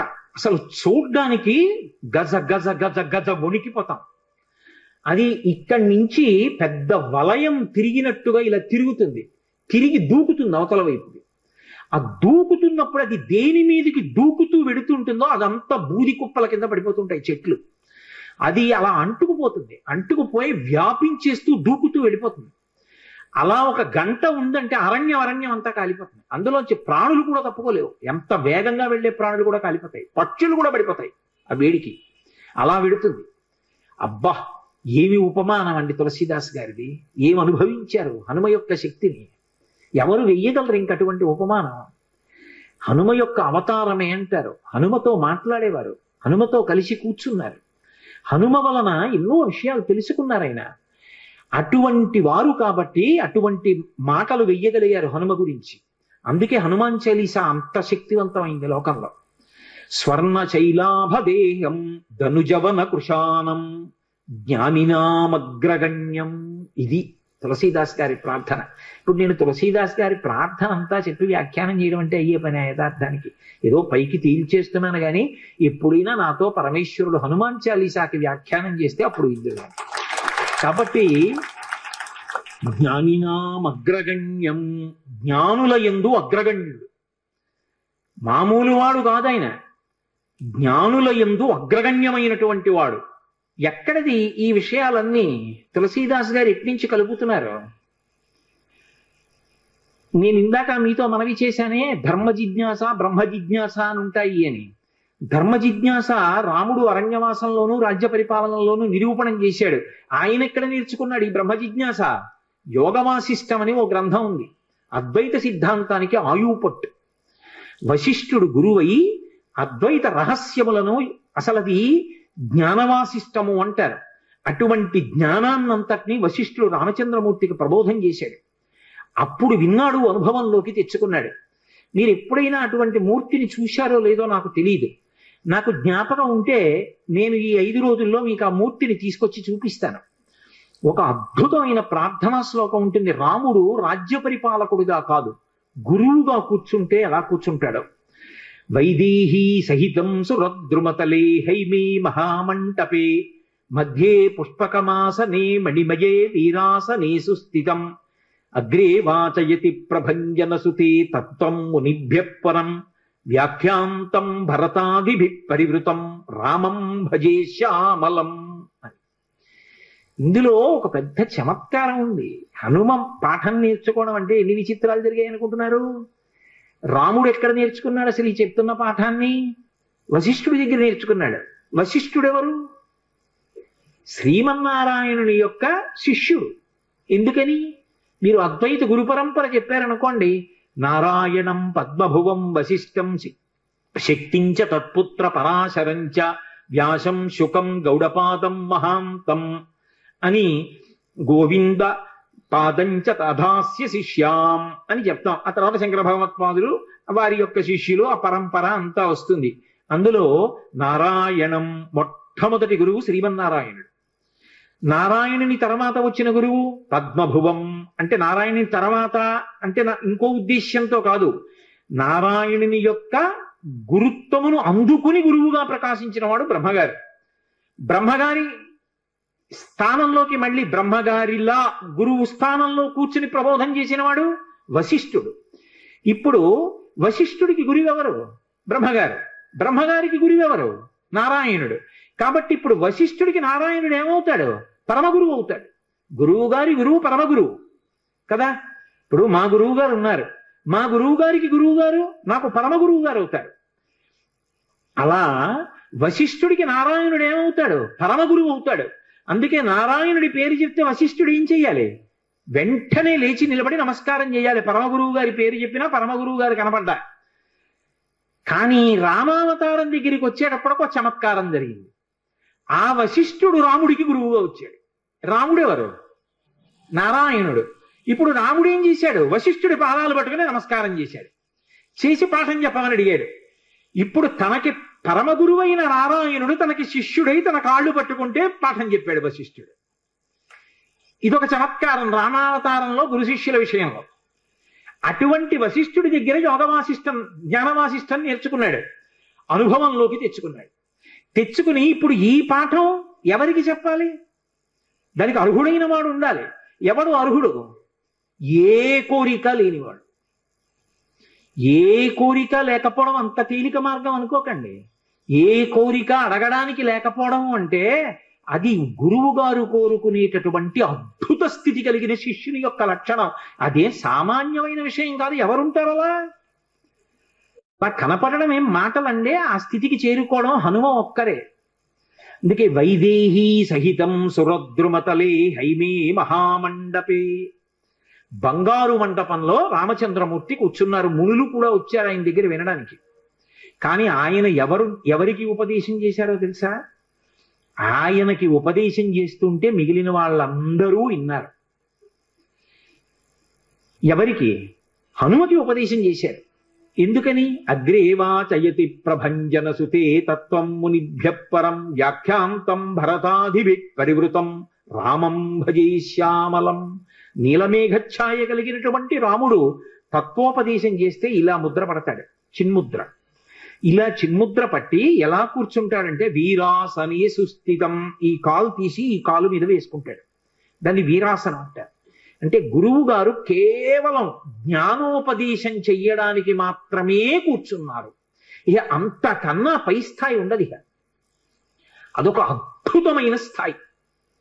లోకంలో ఇక జ్ఞానం ఇవ్వడం కన్నా గొప్పదేదీ లేదు. ఆ స్థితిలో గురువు గారు కూర్చున్నారు అని గుర్తు ఏమిటంటే, ఒక మోకాలు మీదకి రెండో కాలు వేసుకుంటారు. దక్షిణామూర్తి కూర్చుంటాడు. అలా కూర్చుంటే చుట్టూ సనక సనందనాథులు కూర్చుంటారు. అలా రాముడు కూర్చున్నాడు, ఇలా కాలు మీద కాలేసి. కూర్చుంటే తొడ మీద, ఎడమ తొడ మీద వైదేహీ సహితం సీతమ్మ కూర్చుంది.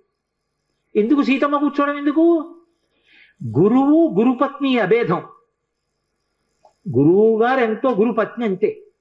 గురువు గారు వేదాంత పాఠం చెప్తున్నప్పుడు గురుపత్ని కూడా అంతే వేదాంత ధోరణిలో ఉంటుంది. అందుకే జానకీ సహితం సీతా సహితం అనలేదు, వైదేహీ సహితం. వైదేహి అంటే విదేహ వంశంలో పుట్టింది, శరీర భ్రాంతి లేదు, తాను కూడా ఆత్మగా రమిస్తున్న సీతమ్మ. అటువంటి సీతమ్మ రాముడి తొడ మీద కూర్చుని ఉండగా వీరాసనంలో కూర్చుని సురద్రుమతలే హైమే మహామండపే మధ్యే పుష్పకమాసనే మణిమయే వీరాసనే సుస్థితం. చక్కగా కూర్చున్నాడు. ముందు సుస్థితం, బాగా సువ్యవస్థితంగా గురువుగారు కూర్చుంటే కదా పాఠం చెప్పడం. సుస్థితం. అంతమంది మునులు ఉన్నారు, భరతాదులు ఉన్నారు. భరతుడు యువరాజు, ముందు యువరాజు కూర్చోవాలి. కానీ భరతుడు కాదు కూర్చున్నది. ఎవరిని కూర్చోబెట్టారు ముందు? ఎవరికి చేస్తున్నాడు ఉపదేశం? అగ్రేవాచయతి ప్రభంజన సుతే. ప్రభంజన సుతుణ్ణి కూర్చోబెట్టారు.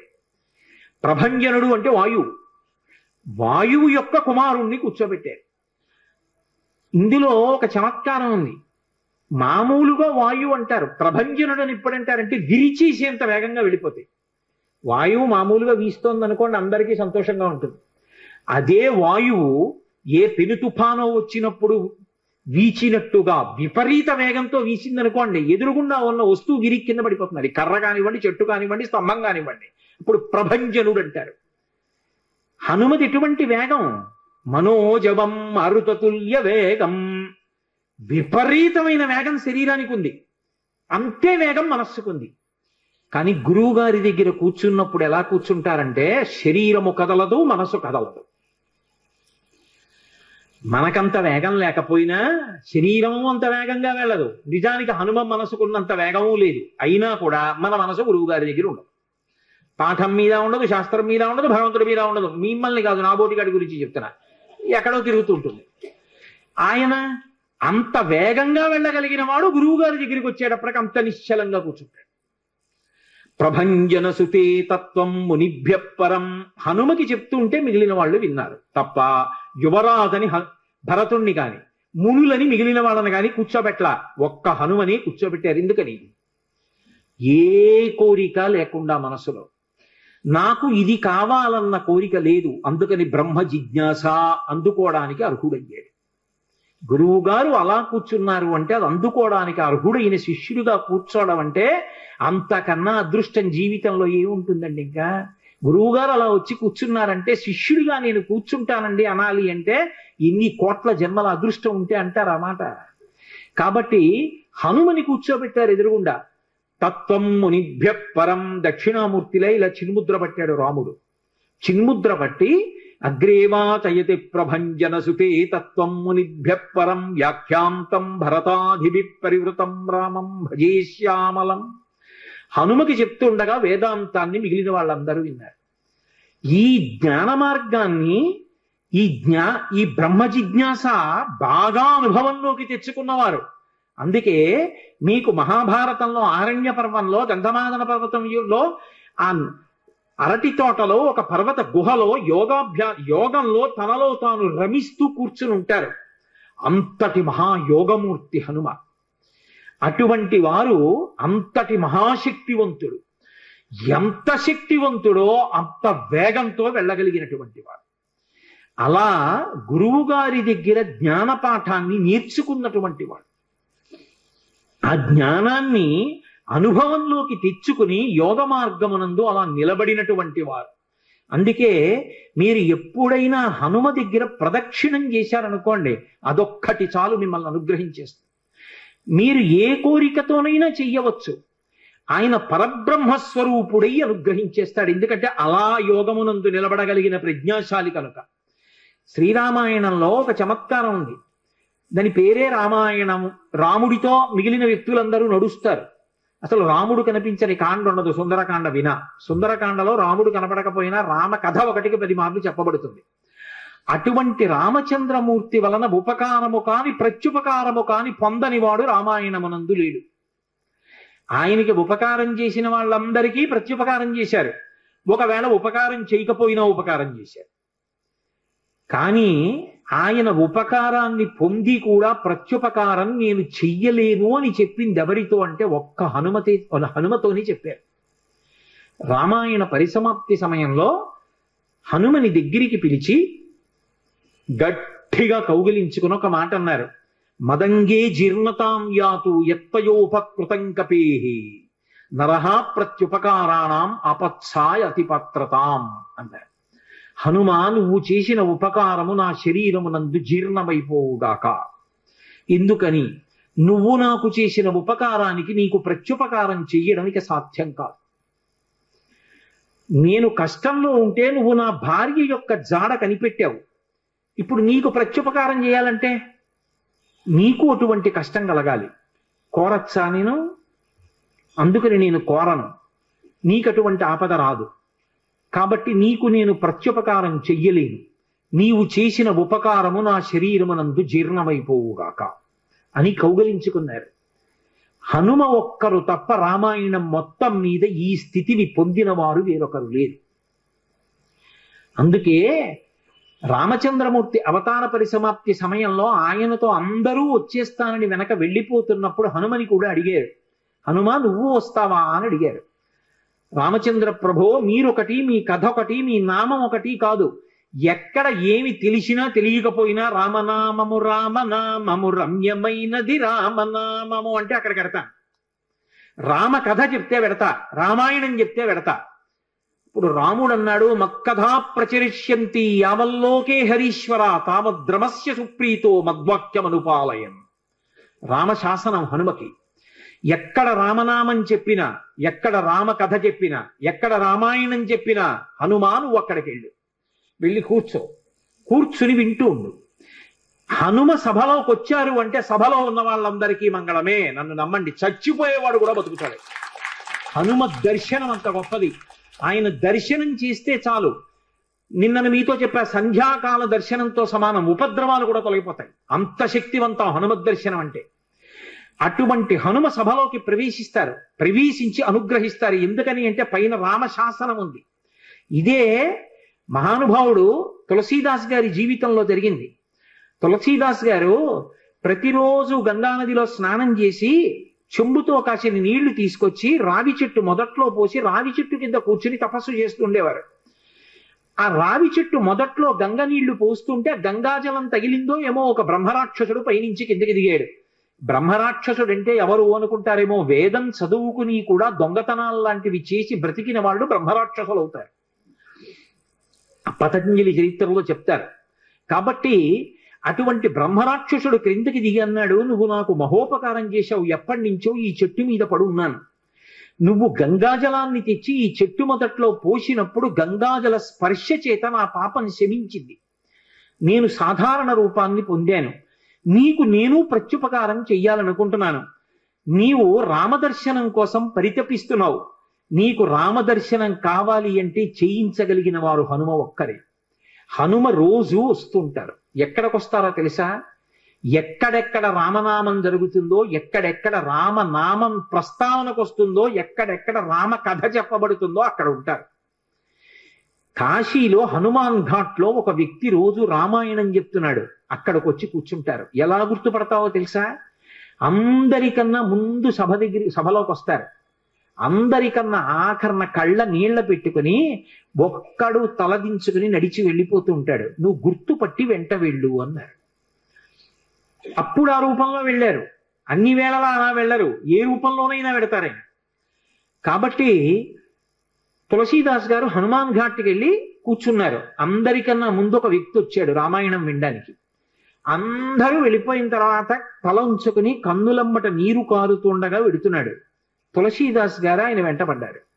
ఆ వ్యక్తి కనిపెట్టాడు, ఎవరో నన్ను వెంబడిస్తున్నారని. ఆయన హనుమ, ముందు వెడుతున్నవారు. వెనక్కి తిరిగి గద్దించారు. ఎందుకు నా వెంట వస్తున్నావు? ఆగక్కడ.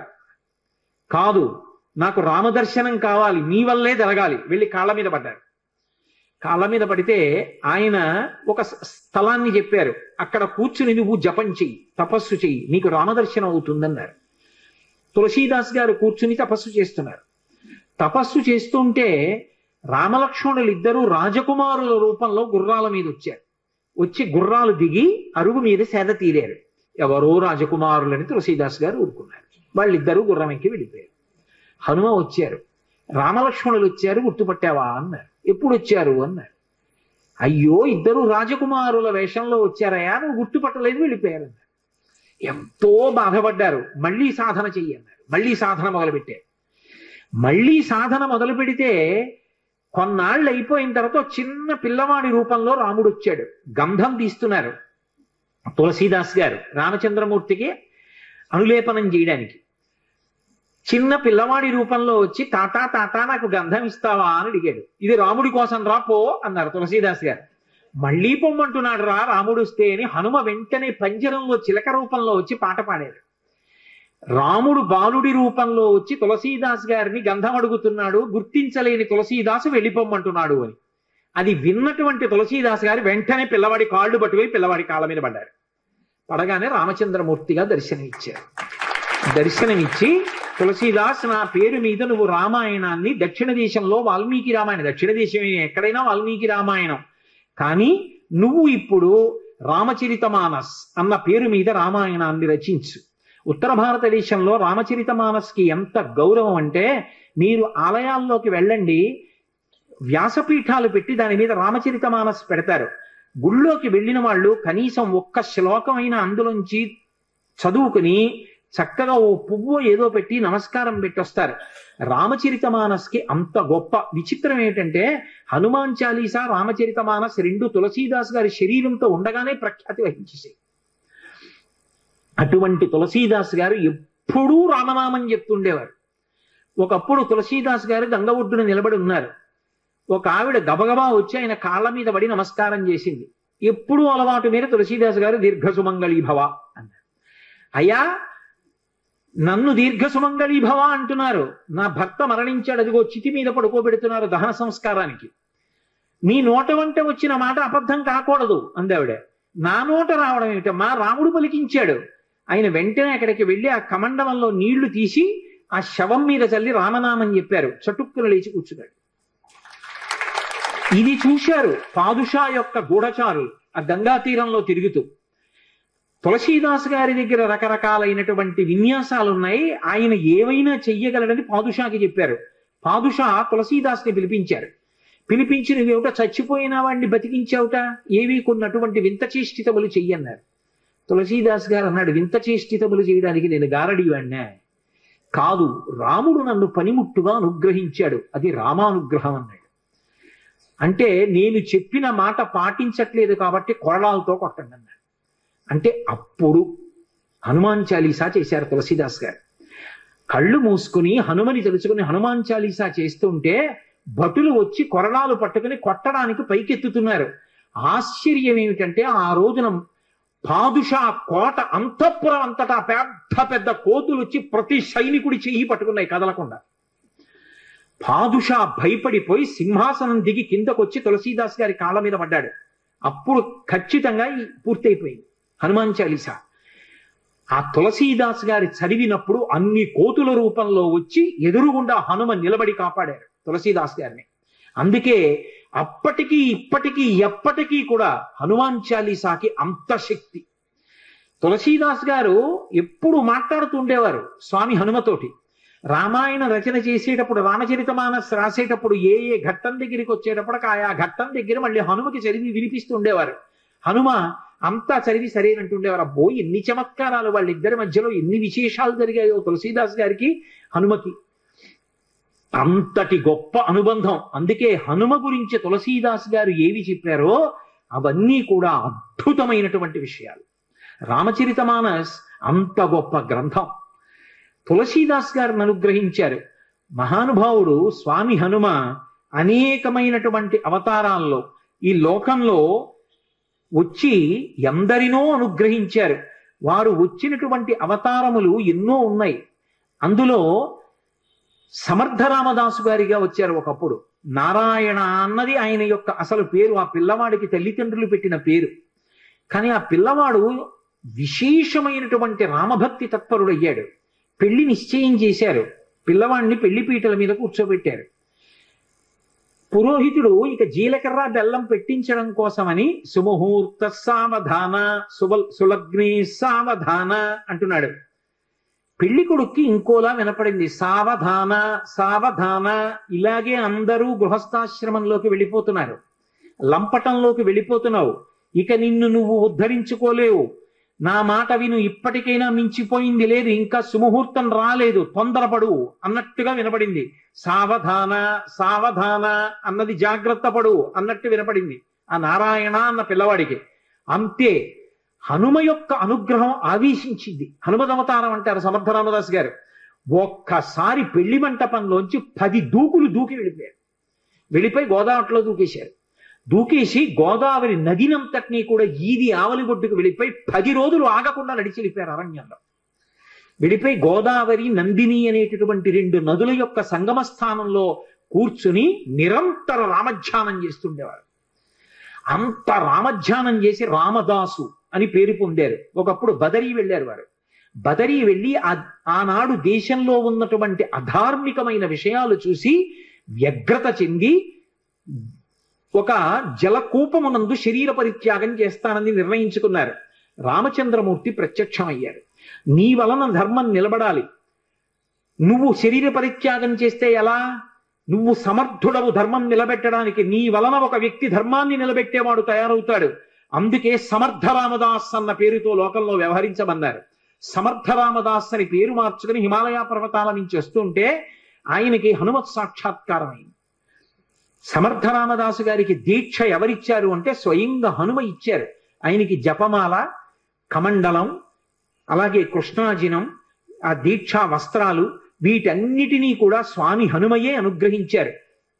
ధర్మ సంస్థాపన కోసమని సమర్థ రామదాసు గారు కోదండాన్ని, బాణాన్ని పట్టుకు తిరుగుతుండేవారు. ఒకప్పుడు ఆయన వేదాంత బోధ చేస్తుంటే గోదావరి తీరంలో కొంతమంది బ్రాహ్మణులు వచ్చి ఆయన్ని విమర్శించారు. నువ్వేమో వేదాంత బోధ, పట్టుకున్నది ధనస్సా, చేతిలో బాణమా, ఈ వేదాంతం సత్యమా, ధనస్సు బాణం సత్యమా? వేదాంతం చెప్పేవాడికి ధనస్సు బాణం ఎందుకురా? బహుశా ఈయనకి బాణం ఎక్కువ పెట్టడం కూడా చేత కాదనుకుంటాను, ఉత్తిన అలా బడుగు తిరుగుతున్నాడు అన్నారు. వెంటనే ఆయన బాణాన్ని ఎక్కువ పెట్టి ఆకాశంలో ఎగురుతున్నటువంటి పక్షుల గుంపులో ఒక పక్షిని కొట్టారు. ఆ పక్షికి తగిలింది, కింద పడిపోయి ప్రాణం వదిలేసి. మళ్ళీ వెంటనే ఈ బ్రాహ్మణులు అందరూ అన్నారు, కట్టుకున్నవి దీక్షావస్త్రాలు, పక్షిని కొట్టాడు ఏ కారణం లేకుండా, ఇటువంటి వాడికి వేదాంత బోధ చేసే అధికారం ఎక్కడుందన్నారు. వెంటనే ఆయన గోదావరిలో నీళ్లు కమండలంలో ఉన్నాయి, ఆ కమండలంలో నీళ్లు తీసి రామనామం చెప్తూ పక్షి మీద చల్లారు. అది రివ్వున ఆకాశంలోకి ఎగిరిపోయి. సమర్థ, అందుకే ఆయన పేరు ముందు బిరుదువాక్యం. ఆయన అఘటనాఘటన సమర్థుడు. అంతటి హనుమదవతారంగా వచ్చి మొత్తం దేశమంతటా కూడా ప్రచారం చేశారు. గుండెల్లో రాముడు, శరీరంలో హనుమ, అది ఆయన నినాదం. అందుకే ప్రతి చోట వ్యాయామ పాఠశాలలు పెట్టారు. వ్యాయామశాలలు పెట్టి అందరూ కూడా వ్యాయామం చేసి మంచి ఆరోగ్యవంతమైన శరీరాన్ని, గుండెల నిండా రామభక్తిని పెంపొందించుకోండి, ధర్మ సంస్థాపన చెయ్యండి. ఊరూరా సమర్థ రామదాసు గారి ప్రబోధమే. అంత గొప్పగా ధర్మవీరుల్ని తయారు చేశారు. అటువంటి సమర్థ రామదాసు గారు ఒకానొకప్పుడు ఛత్రపతి శివాజీ ఇంటికి వెళ్ళారు.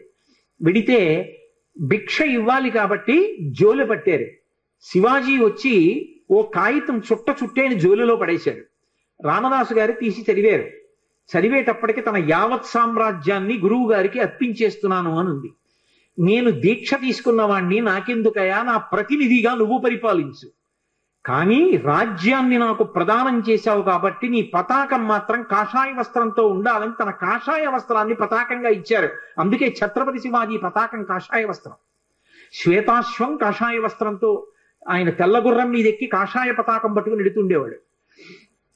అటువంటి మహానుభావుడు. ఒకప్పుడు శివాజీ సమర్థ రామదాసు గారి దర్శనానికి వెళ్ళాడు. వెళితే సమర్థ రామదాసు గారు ఆయనకి ప్రసాదం ఇచ్చారు. ఇంటికి వెళ్ళి ఈ ప్రసాదం చూసుకో అన్నారు. ఇంటికి వెళ్ళి విప్పారు. విప్పితే అందులో ఒక మూటలో మట్టి ఉంది, ఒక మూటలో గులకరాళ్ళు ఉన్నాయి, ఒక మూటలో గుర్రపు లద్ది ఉంది, ఒక మూటలో కొబ్బరికాయ ఉంది. ఇంతటి శివాజీ తెల్లబోయాడు.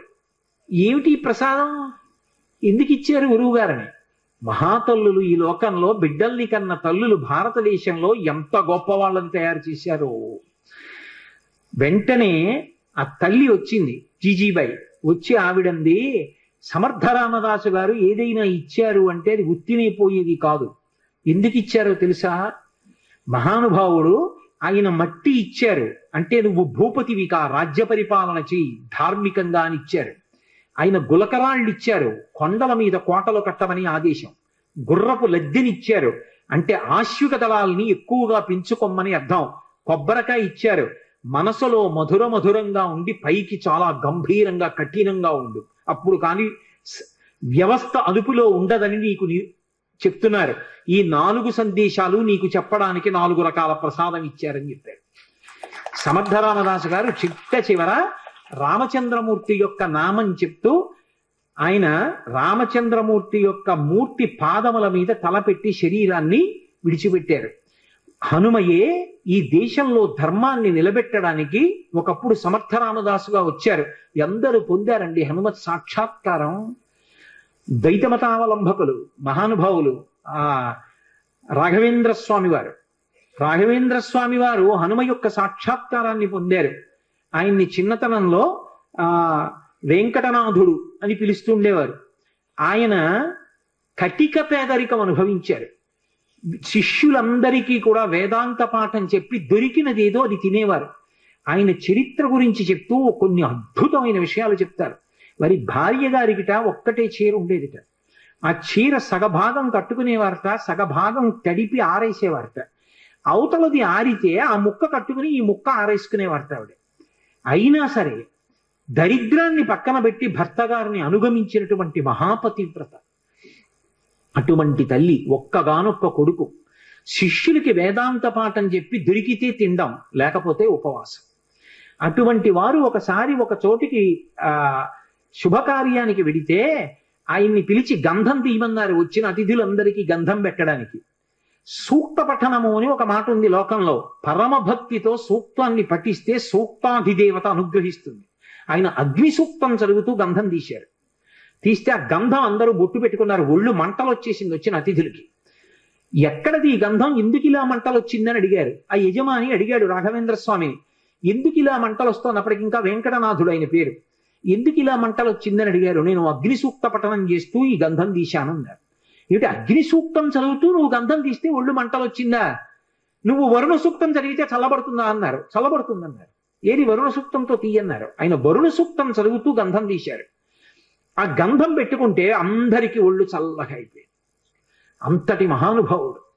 సుధీంద్ర స్వాముల వారిని వారి గురువు గారి ఆజ్ఞ మేరకి అకస్మాత్తుగా వారు సన్యాసాశ్రమం తీసుకుని రాఘవేంద్రుడు అన్న పేరుతో ఆ ద్వైతమఠాధిపతులు అయ్యారు. వారు మన ఆంధ్రదేశంలో మంత్రాలయం దగ్గరే హనుమ గురించి జపం చేస్తే పంచముఖాలతో ఆంజనేయ స్వామి ఆయనకి ప్రత్యక్షం అయ్యారు. పంచముఖ ఆంజనేయ స్వామిని ఉపాసన చేసిన మహాపురుషుడు. ప్రహ్లాదుడి యొక్క అంశలో వచ్చాడు అంటారు రాఘవేంద్ర స్వామి. ఎంతమంది హనుమత్ సాక్షాత్కారం పొందారండి. అంతటి మహానుభావుడు.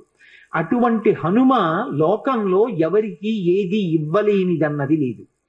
ఆయన ఎవరికి ఏ కోరిక ఉండనివ్వండి, కోరిక ఉండకుండా ఉండడం అన్నది సాధ్యం కాదు. కోరిక ఉంటుంది కానీ అది ధార్మికమై ఉండాలి.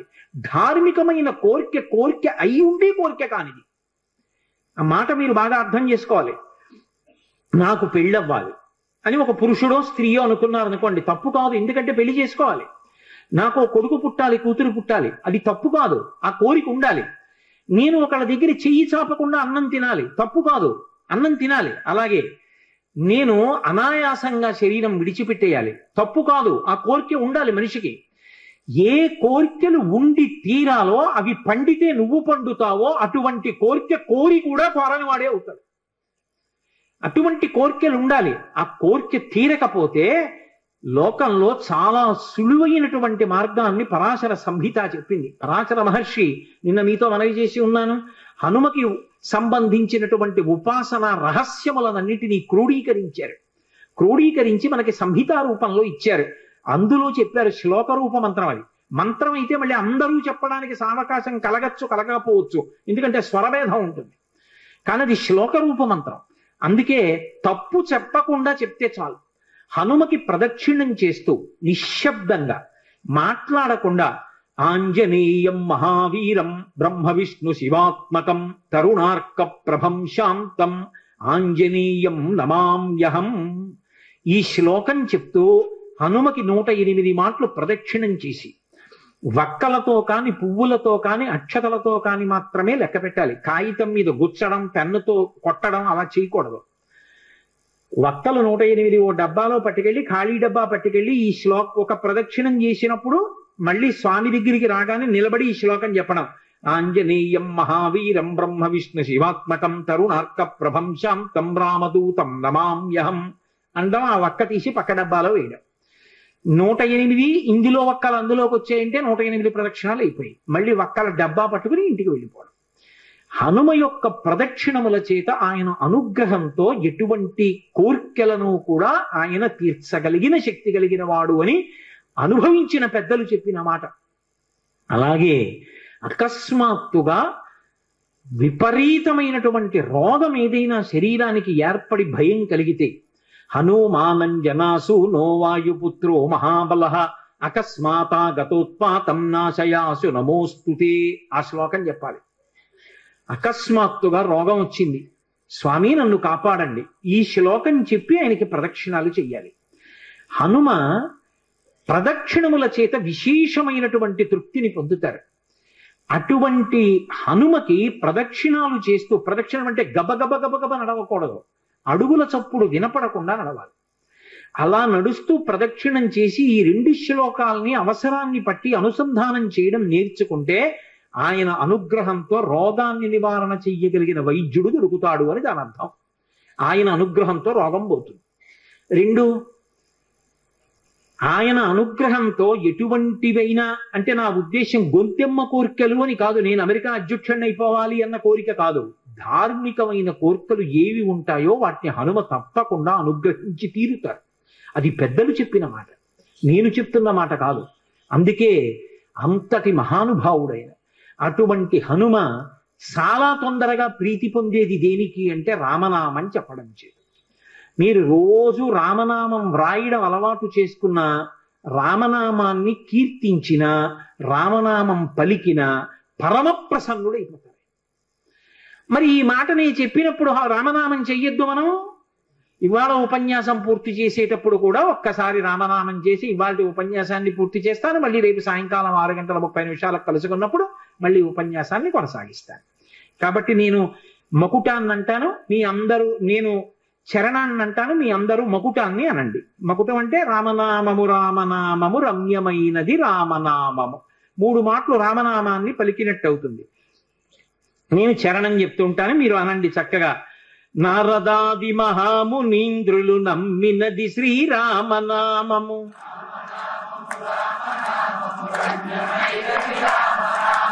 దారి నుండి గనడచు వారికి తోడు నీడే రామనామము.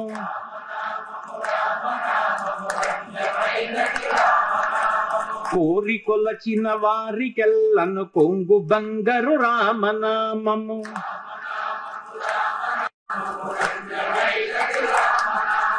కాహి కృష్ణాయనచు ద్రౌపది పలికినది శ్రీరామనామము.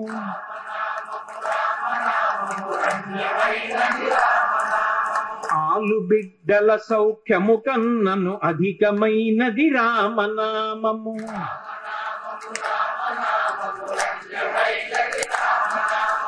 నేను ఈ సందర్భంలో మీకు ఇవాళ ఎందుకు రామనామం తప్పకుండా చెప్పాలి అన్నదానికి ఒక విశేషం చెప్తాను. ఇవాల్టి తిథి ఏమిటి? త్రయోదశి. త్రయోదశి ఏ నెలలో వచ్చింది? మార్గశీర్ష మాసంలో వచ్చింది. మార్గశీర్ష మాసం శుక్లపక్షంలో త్రయోదశితో కూడుకున్నటువంటి తిథి. ఈ త్రయోదశి తిథికి హనుమకి చాలా దగ్గర సంబంధం. త్రయోదశి నాడే సీతమ్మ దర్శనమైంది హనుమకంటారు. రెండోది, త్రయోదశికి అంత శక్తి, హనుమతో సంబంధం ఎందుకు వచ్చాయో తెలుసా? దానికి ఒక పెద్ద కారణం ఉంది.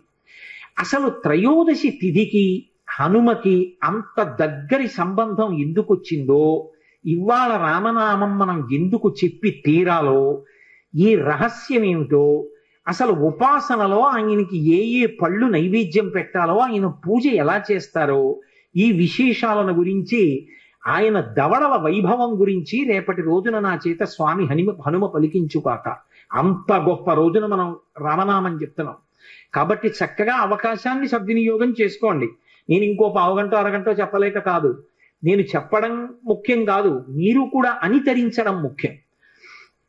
బ్రహ్మ సత్యము జగన్ మిథ్యాభావమే శ్రీరామనామము.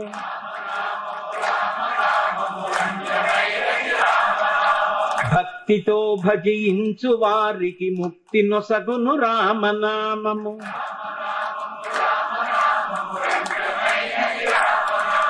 సకల జీవులలోన వెలిగే సాక్షిభూతము రామనామము.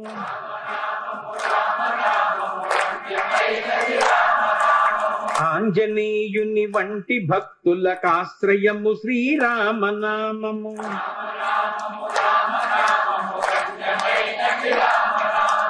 విషయ వాసనలెల్ల విడచిన విదితమగు శ్రీరామనామము.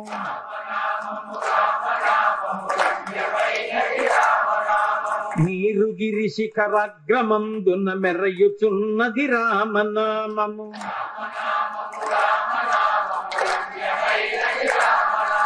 పాలు మీగడ పంచదారల పక్వమే శ్రీరామనామము.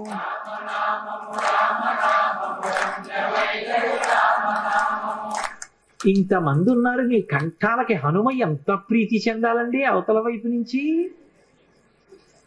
ఎందరో మహానుభావుల డెందమాయను రామనామము.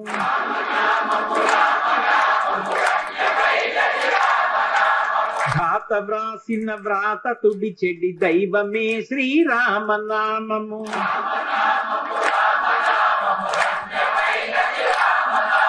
శివుడు గౌరికి బోధ చేసిన చిన్మయము శ్రీరామనామము.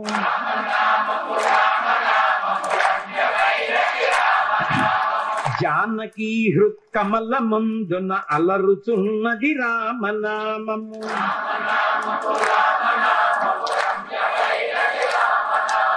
చిత్తశాంతిని కలుగ చేసిడి చిత్స్వరూపము రామనామము.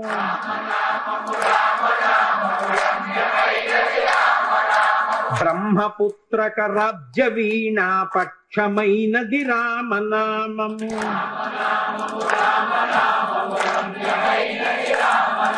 శాంతి సత్యాహింస సమ్మేళనము శ్రీరామనామము.